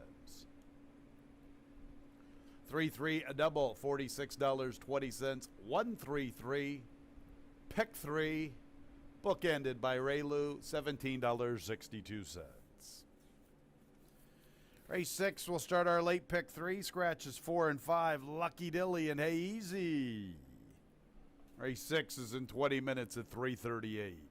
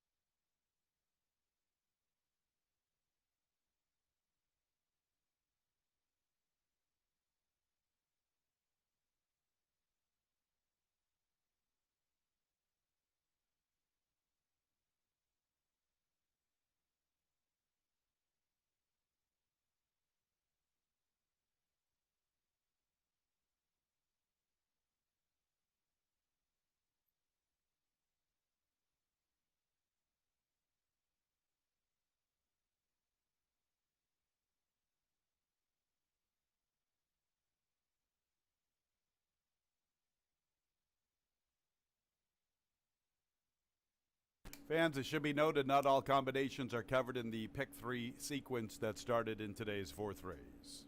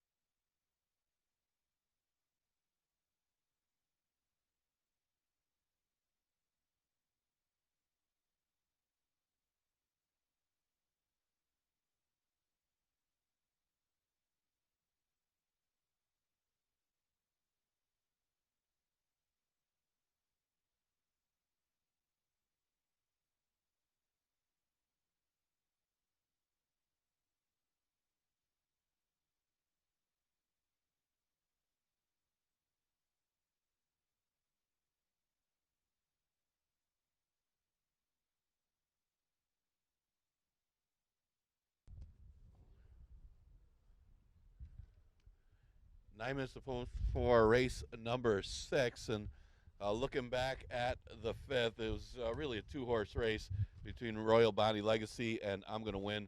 Royal Bonnie Legacy got the little better of the trips, going inside, while I'm Gonna Win was forced to go outside, and that was the difference in the race. And Ray Lou Gutierrez on a roll here back at Finger Lakes gets another win. That one for trainer Jeremiah Engelhart. As we go to the 6th, a never won Tuke edition, going a distance of a mile 70. A couple scratches in this race. Looks like the 4, Lucky Dilly, and the 5, Hey Easy, according to the board right now. The current favorite on the board is the 7, a lukewarm favorite here in race number 6 at odds of 5-2.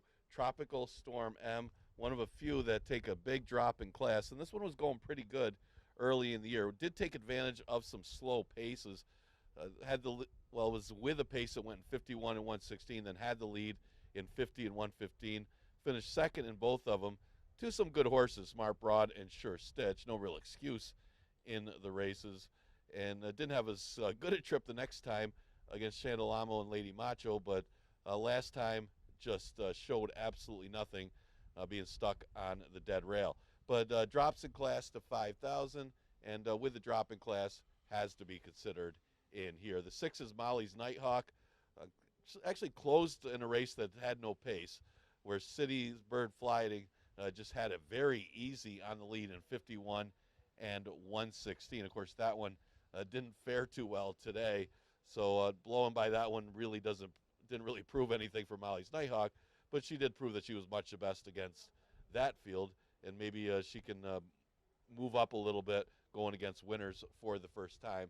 She is getting some action at odds of 3-1, but City Bird Flying didn't make her look any better. The 3, Bella Invasion. This one coming off a second place finish, as lost to Hope I Can last time, but that was on the stretch out and kind of woke up a little bit in that race after a couple of double-digit defeats in the previous 2 races. Actually sat back a little bit more and made a big run despite it being a slow pace in that particular race. So maybe this one's on the improve and could be a threat in here, at least to make the number right now at odds of 9-2. That's some of the contenders that are getting some play here in race number 6. Exactitri Super Daily Double and Pick 3 starts in here.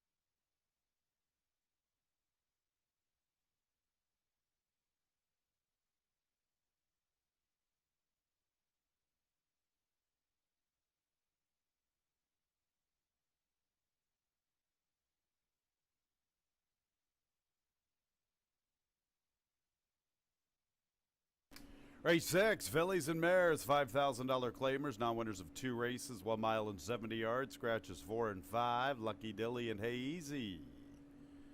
First leg of our late pick 3, let's meet the group, beginning with the 1, Little Nej with Jose Baez. Number 2 is La Rubia, Raylu Gutierrez looking for 2 in a row and 3 overall. 3 is Bella Invasion with Kevin Navarro. Alexandra Hilligus looking for 2nd training score. So too is Jeremiah Engelhardt. He saddles the 6. Molly's Nighthawk. Luis Perez is the jockey. Michael S. Ferraro trains the 7. He's looking for a double. Tropical Storm M has the services of Andy Hernandez. 8 is Seattle Frost with Teme Alpender. 9 is Dixie Queen and Oscar Gomez. And the 10 is Summer Fantasy with Andre Worry, the 2nd of the Maya trainees, stablemate to the 6, Molly's Nighthawk. Those are the 8 fillies and mares in the 6. It's coming up quickly, couple minutes away.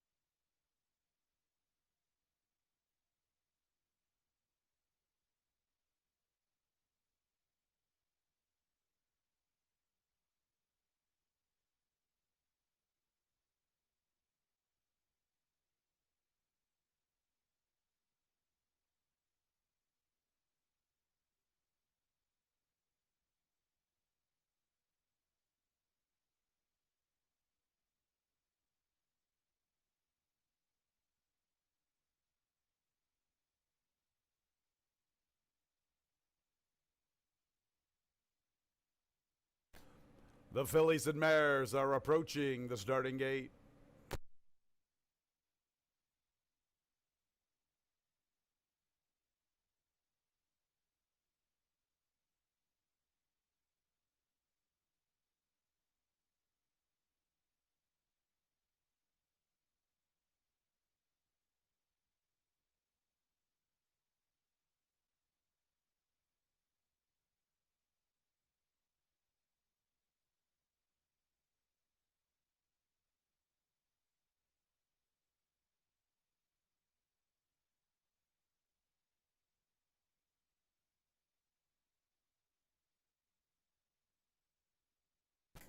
It's post time for the 6th. 8 fillies and mares at the gate. Number 7, Tropical Storm M on the big class drop is the clear-cut favorite at 6-5. 6, Molly's Nighthawk is 7-2.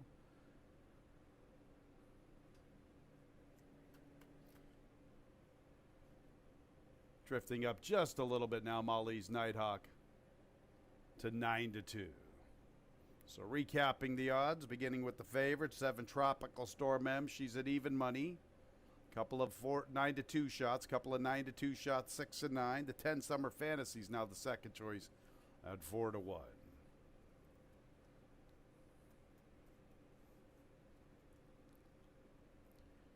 Here's Molly's Nighthawk. Big long shot Seattle Frost. Couple to low Dixie Queen and Summer Fantasy. Summer Fantasy is a stablemate to Molly's Nighthawk. It's all about Tropical Storm M. Out of the allowance ranks in for this $5,000 tag. She's even money on the board. Ready for the race. And there they go.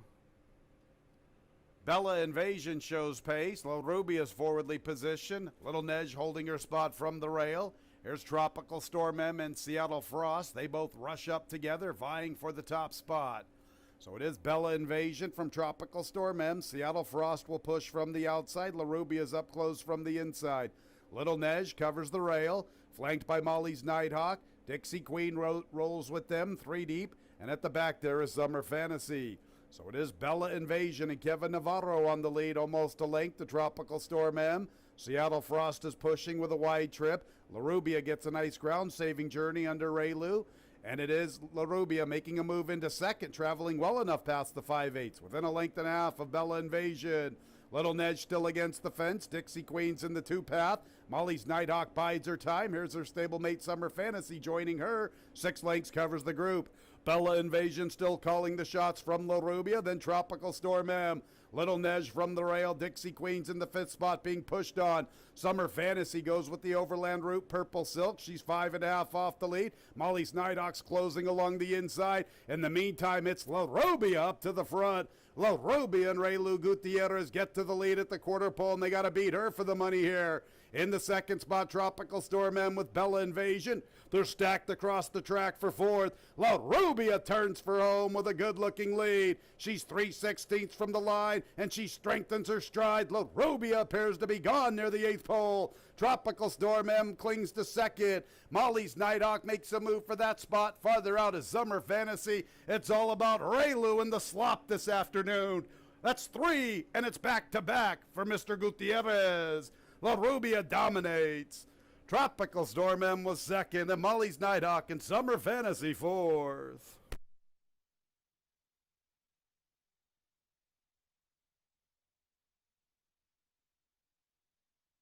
Finger Lakes Zone, Raylu Gutierrez, the kid from Farmington, the kid from Victor High. He's having a big day. It's 3. Sure is riding well in the slop, and it's a 15-1 upsetter. Number 2, La Rubia, the unofficial winner. Second place goes to 7, Tropical Storm M. Third place, 6, Molly's Nighthawk. And 4th place, 10, Summer Fantasy. 149 and 1/5, the unofficial running time. Hold all tickets.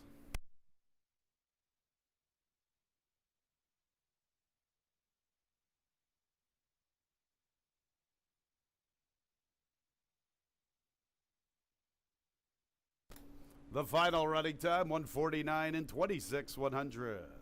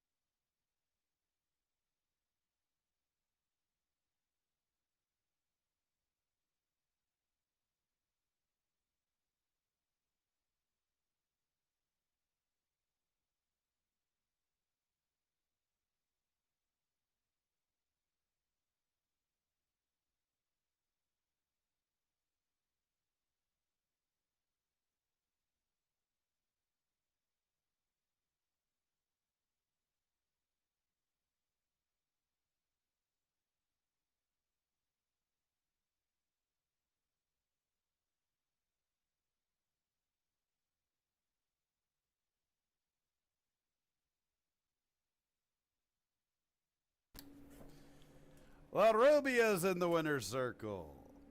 She's a 4-year-old chestnut filly by Drosselmeyer out of the dam Umabayan. Owned by River Card Stable, winning trader Jim Aquilano, back-to-back and 3 on the Wednesday card for Raylu Gutierrez.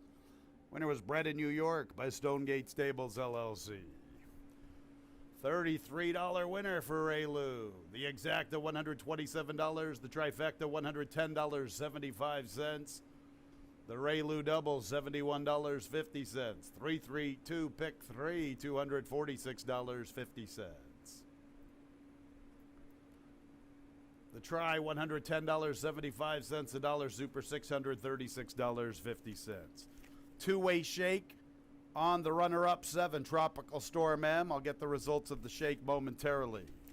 7th race, scratch 6, Clara's Gone West. The 7th race begins the late double, and post time is in 20 minutes at 4:06.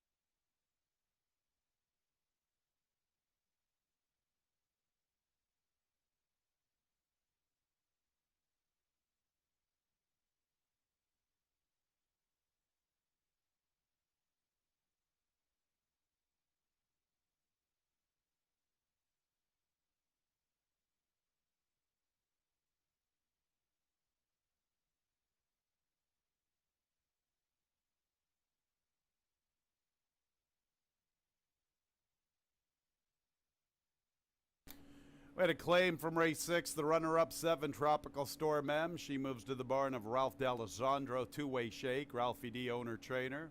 Runner-up 7 Tropical Storm M, two-way shake, claimed out of the 6, moving to the barn of Ralph D'Alessandro, owner-trainer.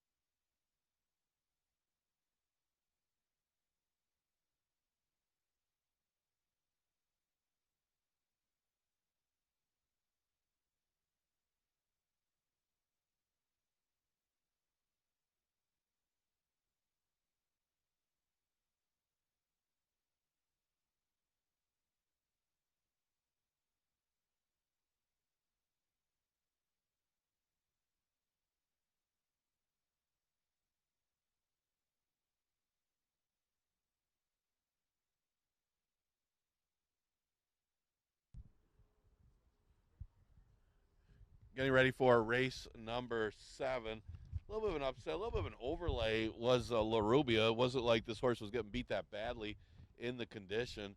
Had a couple third place finishes the last 2 races. Today just simply got the trip. Stayed close with Bella Invasion, took over at the right time, and the other ones, by the time they got going, La Rubia was long gone. It's got position on Tropical Storm M about halfway through the race, and that was the difference. And Ray Lou, well, he's won 3 on the day, so big day for Gutierrez, and he gets that win for Aquilano and the River Card Stable. 7th race, an allowance event, which have not won a state bred condition that goes the distance of 6 furlongs. Got a couple favorites in here. The 2, My Girl Annie, comes off a 2nd place finish last time, and maybe getting a little more money when you got the hot hand right now is Ray looking for 4. Got a good shot with this one. Just got beat a length last time after a relatively slow break. Didn't look like he had any chance at the winner and the late stage. It wasn't like she was at any point any kind of threat. She just rallied with her stablemate, Dosage of Mimosas, and she kind of outkicked her in the last few strides. And she'll be trying to roll late. Both of these Ferraro Junior trainees seem to like the off track and are both top 3 threats. I get the big question mark is them chasing and trying to close on the speed of Comfortable Cat. Now, Comfortable Cat is the speed, and she does have only one other speed outside her that's a little big risk, who's probably not quite as fast as Comfortable Cat. She gets out there in 21 and change. Last time was she chased that 21 and change, but when she got the lead, it was in 22, 2 races back on August 24th, and she finished up in 106, and nobody could touch her in that race. But that was 5.5 furlongs. This is 6 furlongs. So the big question mark is carrying that speed for the whole 6 furlong distance, or will one of these Ferraro trainees or somebody else be able to chase her down? That's a big question here, and keep in mind, Comfortable Cat has not won in 7 starts on and off track. That could change today if she gets lucid. She can hang on over these Ferraro 2 uncoupled stablemates. Now, there's also Alpha Girl in here who's been kind of on a roll lately. She steps up in class after running in lifetime conditions at the bottom level, and she's been no worse than 2nd in those lifetime conditions in any of her starts this year. And she seems to be improving. Her numbers have been going up, and she beat a pretty good field last time. And the last time she got beat by Little Big Risk, she got beat by the pace more than anything, with Little Big Risk was kind of the main speed. Well, this time, Little Big Risk isn't even the horse that's going to be on the front end. She might play presser, if anything. And Alpha Girl might be able to get a good trip, though, as an outside stalker sitting in 3rd and trying to chase down the speed of Comfortable Cat. Well, that's some of the horses getting some play in the 7th. This is the last double of the card. We scratch the 6th. Clara's Gone West.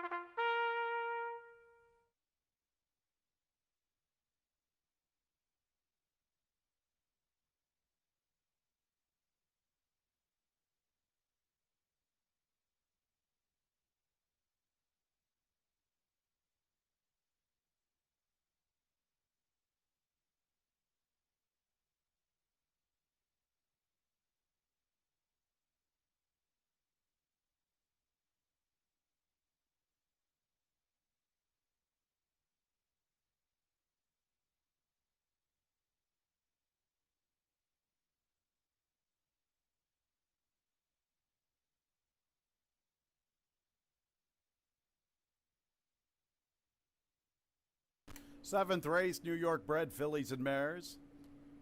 3-year-olds and up, first state bred allowance condition. A 6 furlong sprint, scratch number 6, Clara's Gone West. Field of 6, beginning the late daily double, and our 7th race is in 5 minutes.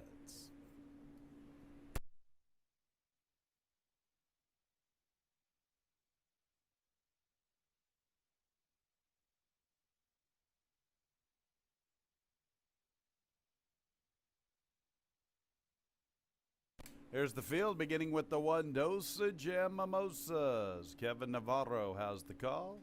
Dosage and Mimosas is looking for 3 out of 4 and her 13th overall. Here's the 2, My Girl Annie, looking for her 9th career victory. Raylu Gutierrez looking for 3 in a row and 4 overall on the Wednesday card. 3 is Tee Up. Oscar Gomez has the assignment aboard the big long shot. Role of the favorite belongs to the 4, Comfortable Cat, currently 6 to 5. She's in search of 3 out of 4 and her 7th career victory. Luis Perez is the pilot. Little Big Risk is gunning for 3 in a row. Number 5, Little Big Risk, has the services of Andre Worry. Scratch the 6, and the 7 is Alpha Girl. She's looking for 3 in a row and 4 out of 5, and her pilot is John Davila Jr. 7th race in less than 3 minutes. 4:06 is the post time.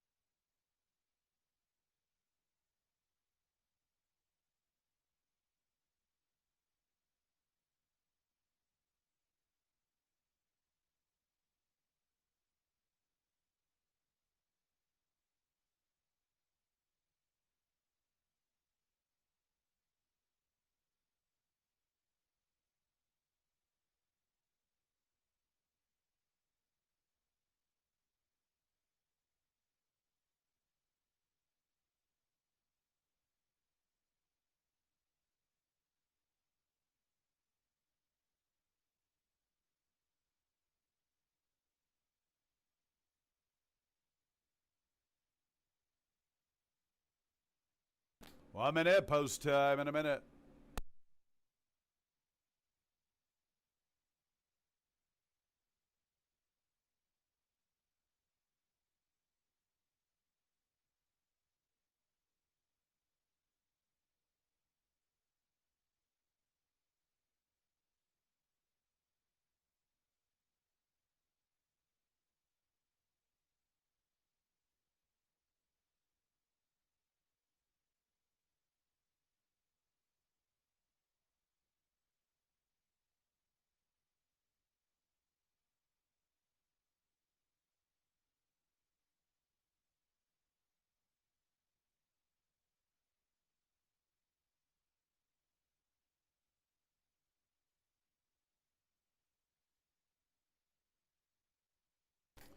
It's post time for the 7th race. 6 fillies and mares, New York breds, the first state bred allowance event. Number 2, My Girl Annie, is even money on the board. She's looking for her 9th career victory. Raylu Gutierrez is looking for 3 in a row and 4 overall on the Wednesday card. Comfortable Cat had been the favorite for most of the wagering. She is now the second choice. Having a little bit of trouble trying to get her into her respective posts, but here she goes, just like that. Comfortable Cat's in. Dosage and Mimosas, a stablemate to My Girl Annie, both conditioned by M. Anthony Ferraro.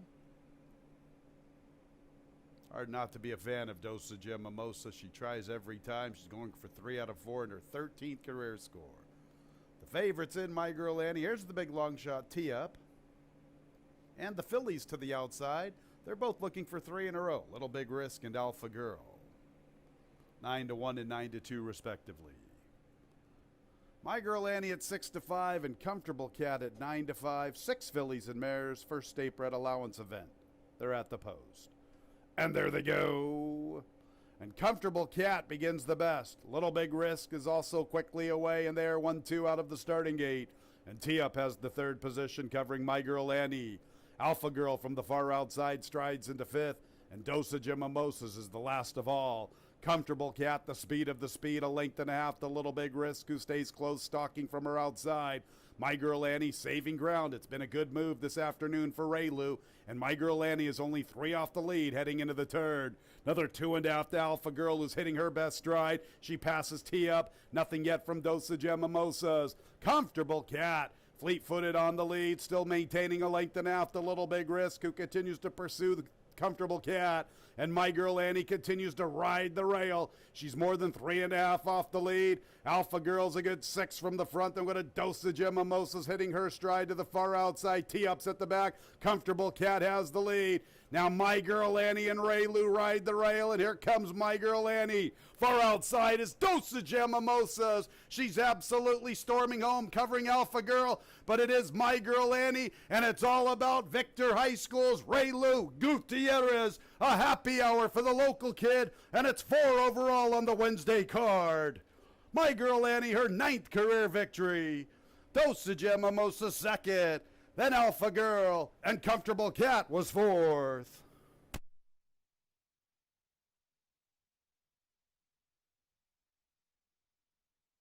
The kid's a stud. Kid can ride.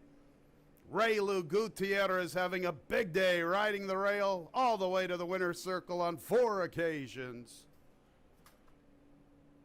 1:13 3/5 the time on the board. Number 2, My Girl Annie first. Second place, 1 Dosage of Mimosas. Third place, 7 Alpha Girl. And fourth place, 4 Comfortable Cat. 1:13 72 100ths, the final time from the 7th.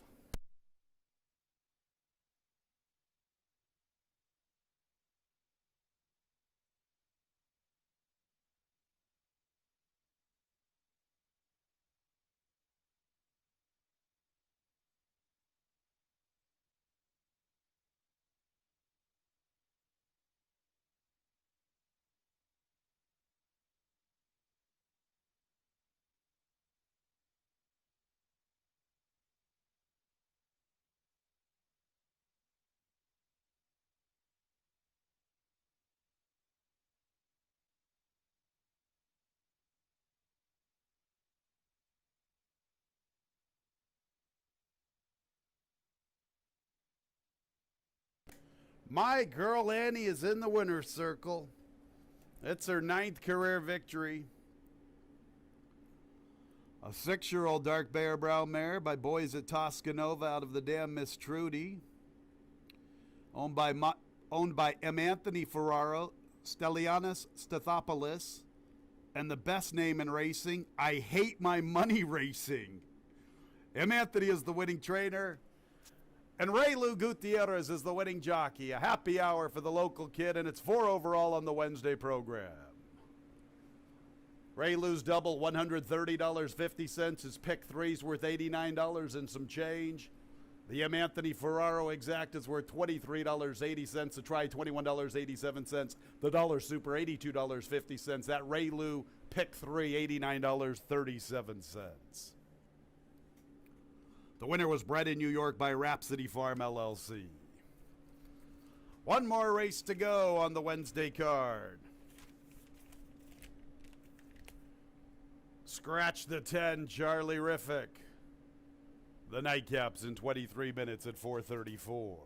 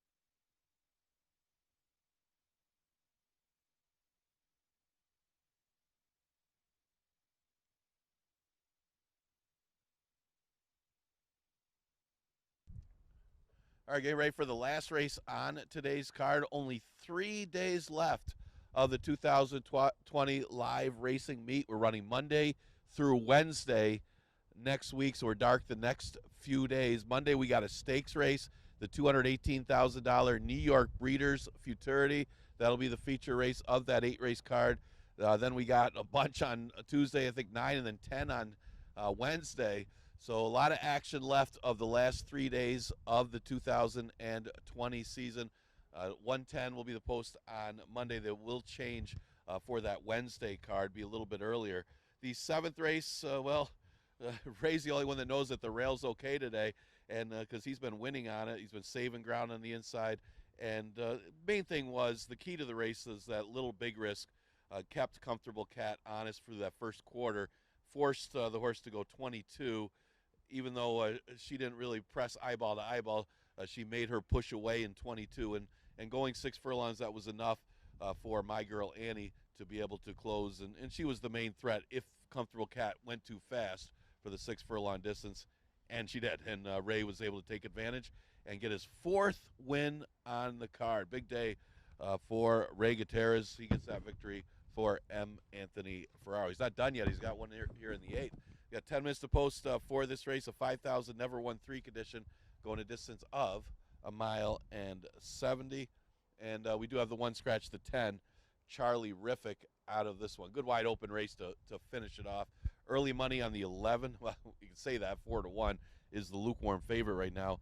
Duck Pond Road probably won't have it as easy last time when the rail opened up for him and he was able to get the jump on the field. He cut the corner and was just gone before Isaiah could get going and went right by it, no sense. But and that one couldn't come back on. He comes out of some good races before dropping to 5,000, so it wouldn't be a big surprise. Only had a couple starts on and off track, so there's still some question marks how he'll handle it today. He's got a tough outside post. The 3 is Craigville Beach. Craigville Beach got an easy lead when first dropping to 5,000 and got the victory. Last time, didn't have it so easy, ended up fading to 3rd. It's not like they went that fast. Question mark is how he'll handle the off track. He's faced tougher when he's been on the off before, so he has been winless on and off track. He's also winless at the distance. But at this level, you always got to respect Craigville Beach. There's not a ton of speed. The other speed looks to be either Iron Fork or the Grand Canal. Now, Grand Canal, probably the speed on his best. Question is, did he need the last race or not? Dropping in class from an allowance to 5,000, only making his 2nd start of the year. A lot of question marks with the 9, the Grand Canal, one of those horses that could win or get nothing. If he gets the lead against these 5,000s, he's certainly dangerous, especially with both career wins occurring on an off track for the Grand Canal. So you always got to respect that one. The 5 is Everything Possible, as this one gets a rider change as Ray Gutierrez gets off to ride for Ferraro. Anything Possible, though, not badly beaten last time, finishing 3rd in a race won by Summa Cum Laude. Engineers Report had finished 2nd in front of him, but this one could be a threat. There's some broken vow in that dam side, so certainly the off-track breeding is there for Everything Possible. Victor D just had his first win in 18 years. He might get another one in here. The 1 is Engineers Report, and Engineers Report, if you're a trip player, you got to think that this horse is going to run better today if he could work out a trip from the inside. Last time, things got kind of tight inside, got kind of shut off by Craigville Beach when he was trying to pass that rival and was forced to get out of there after a little while after he had to check. But that really was a factor to him not even hitting the board in that race. So cleaner trip for Engineers Report, could put him right there if he can handle the off track. He's only had the 1 win on it, but he's only got, of course, this is only a 3 lifetime. That's 50% of his wins. So 7 minutes to post for the last race on today's card. Exacta Try and Super offered in the 8th. We scratch the 10, Charlie Riffick.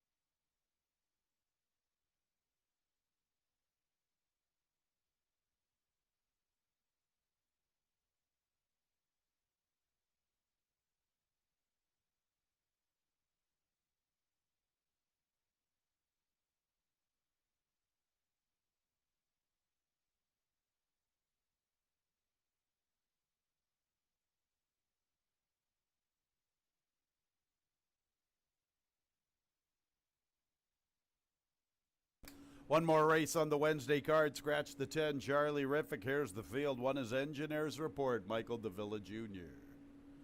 Number 2 is Sky Writing. Luis Perez. 3 is Craigville Beach with Kevin Navarro. Next will be the 4, Ay Caramba, Joel Zonier.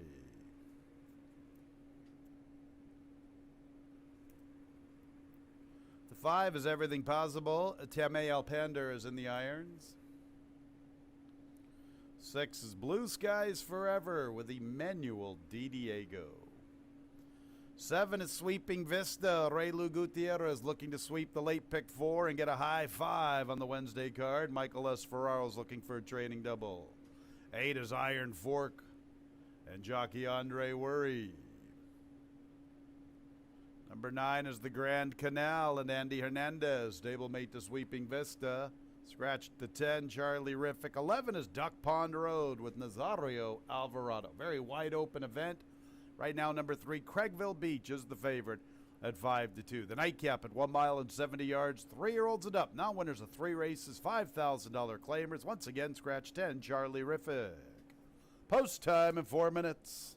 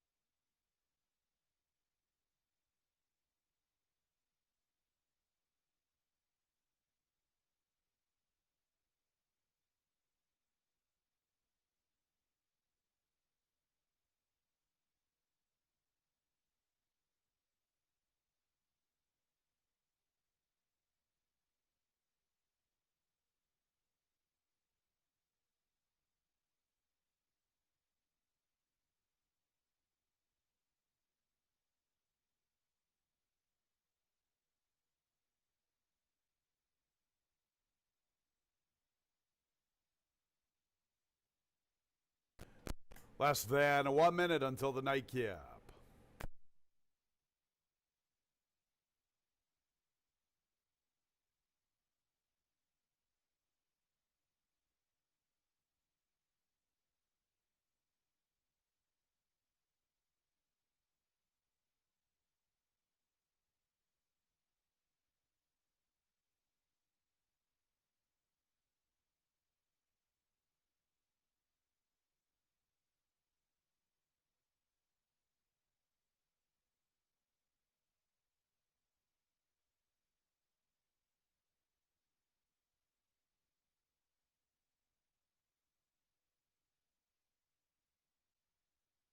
It's post time for the Wednesday night cap. Ready to wrap up another work week. Just 3 days left.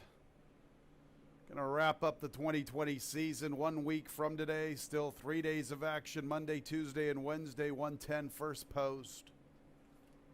The nightcap's a wide open affair here. Lukewarm favorite 3. Craigville Beach at 3-1. The 9, the Grand Canal is 7-2. The 1, Engineers Report is 5-1.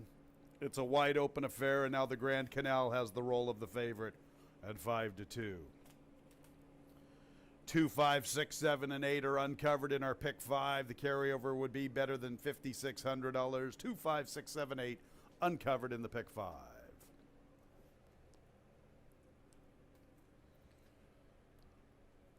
Everything possible is in for Victor Dean.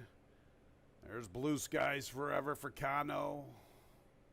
There's Sweeping Vista. Ray Lou Gutierrez, the star of the day, the MVP. He's looking to sweep the late pick 4 and get a high 5. There's Iron Fork. The Grand Canal, stablemate to Sweeping Vista. The Grand Canal at 5-2.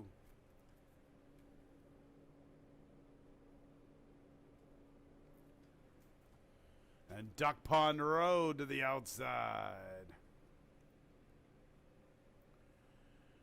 Ready for the nightcap. And there they go. Slow start for Ay Caramba.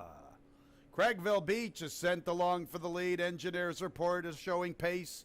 Also up close is Iron Fork in the Grand Canal. Sweeping Vista in behind the leading 4. From his inside races everything possible to his outside is Duck Pond Road. Along the rail races Sky Riding. And following Sky Riding, Blue Skies Forever. And Ay Caramba is the last of all after the slow start. On the lead, Craigville Beach. Engineers Reports in the 2 path. Everything possible gets to the rail. The Grand Canal's 4th. He's in the clear. Sweeping Vista and Raylu are saving ground. They're vying for 4th with their stablemate. And it is Sweeping Vista now taking over 4th along the inside, 2.5 off the lead. Duck Pond Road's gone from the outside of the 2 path, and he's only 3 off the pace. Iron Fork's in the clear, 4 deep up the backstretch run, little more than 4.5 from the front. They're going to Sky Riding. Look at Ay Caramba make a strong middle move. He's trying to circle everybody. Blue Skies Forever's at the back. Everything possible's up to the front from Engineers Report. Craigville Beach is 3rd. Duck Pond Road's in the 2 path, the Grand Canal. Ay Caramba with this huge sweeping move. He's contesting the lead. Sweeping Vista gives way just a bit. The little Sky Riding Iron Fork. And at the tail there is Blue Skies Forever. Craigville Beach has re-rallied to claim the lead. And fighting on with him is Duck Pond Road and Ay Caramba in the Grand Canal. Wide open at the 8th pole. Craigville Beach, Kevin Navarro looking for 500. Here comes Duck Pond Road up the inside. Craigville Beach, Hands of Stone, Kevin Navarro, give him 500. Career wins. And it's 2 out of 3 for Craigville Beach. Duck Pond Road was 2nd. Maybe Sky Riding for 3rd. Right there with him, the Grand Canal.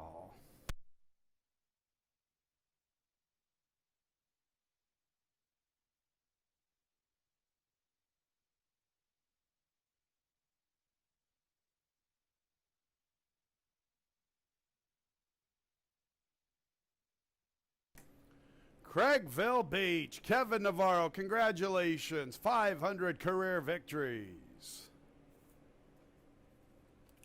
2nd place, 11, Duck Pond Road. Photo for 3rd and 4th. 148 and 67 100ths, the final running time.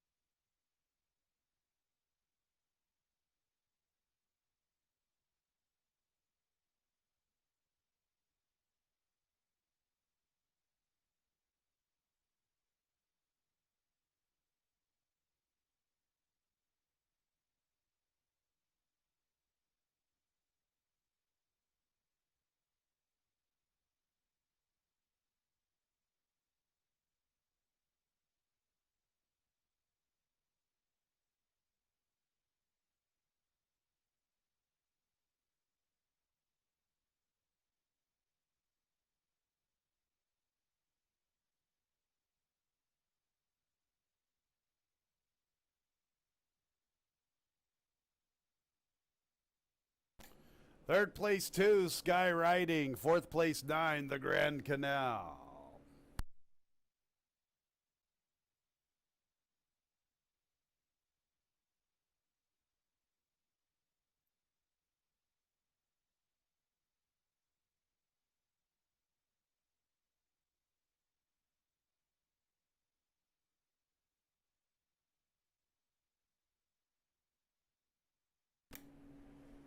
$500 career wins for Hands of Stone, Kevin Navarro. Craigville Beach is in the winner's circle, a 4-year-old gray Aron gelding by Big Brown out of the damn Twirly Girly. Owned and bred in New York by Patricia Generazio. Beth Miller Saul is the winning trainer. Once again, 500 career wins for Kevin Navarro. And the nightcap is official. Thankfully, I don't think I got much more energy left in me. 311 exacta, $27.40. 311-2 trifecta, I'll get back to that one. The 2-3 double, $23.80. 2-2-3 pick 3, $118.87. Late pick 4 combinations, $380.75. Big pick 5 this afternoon. The whole salami, $5,665.75. 5 out of 6 in the pick 6, $112.30. $27.40 for the exacta, $31.50 for the try. The dollar super, $446.50.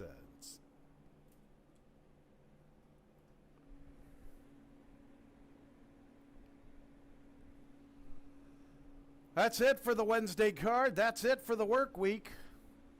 Got a small pick 6 carryover into the Monday card, $674.28. $674.28, our pick 6 carryover into the Monday card. 3 days left. 3 days left here at Finger Lakes for the 2020 season. We'll do it all over again on Monday with a 110 first post. Sure hope you had a great Wednesday when leaving the track. Stop by the casino. Have a good night, everyone.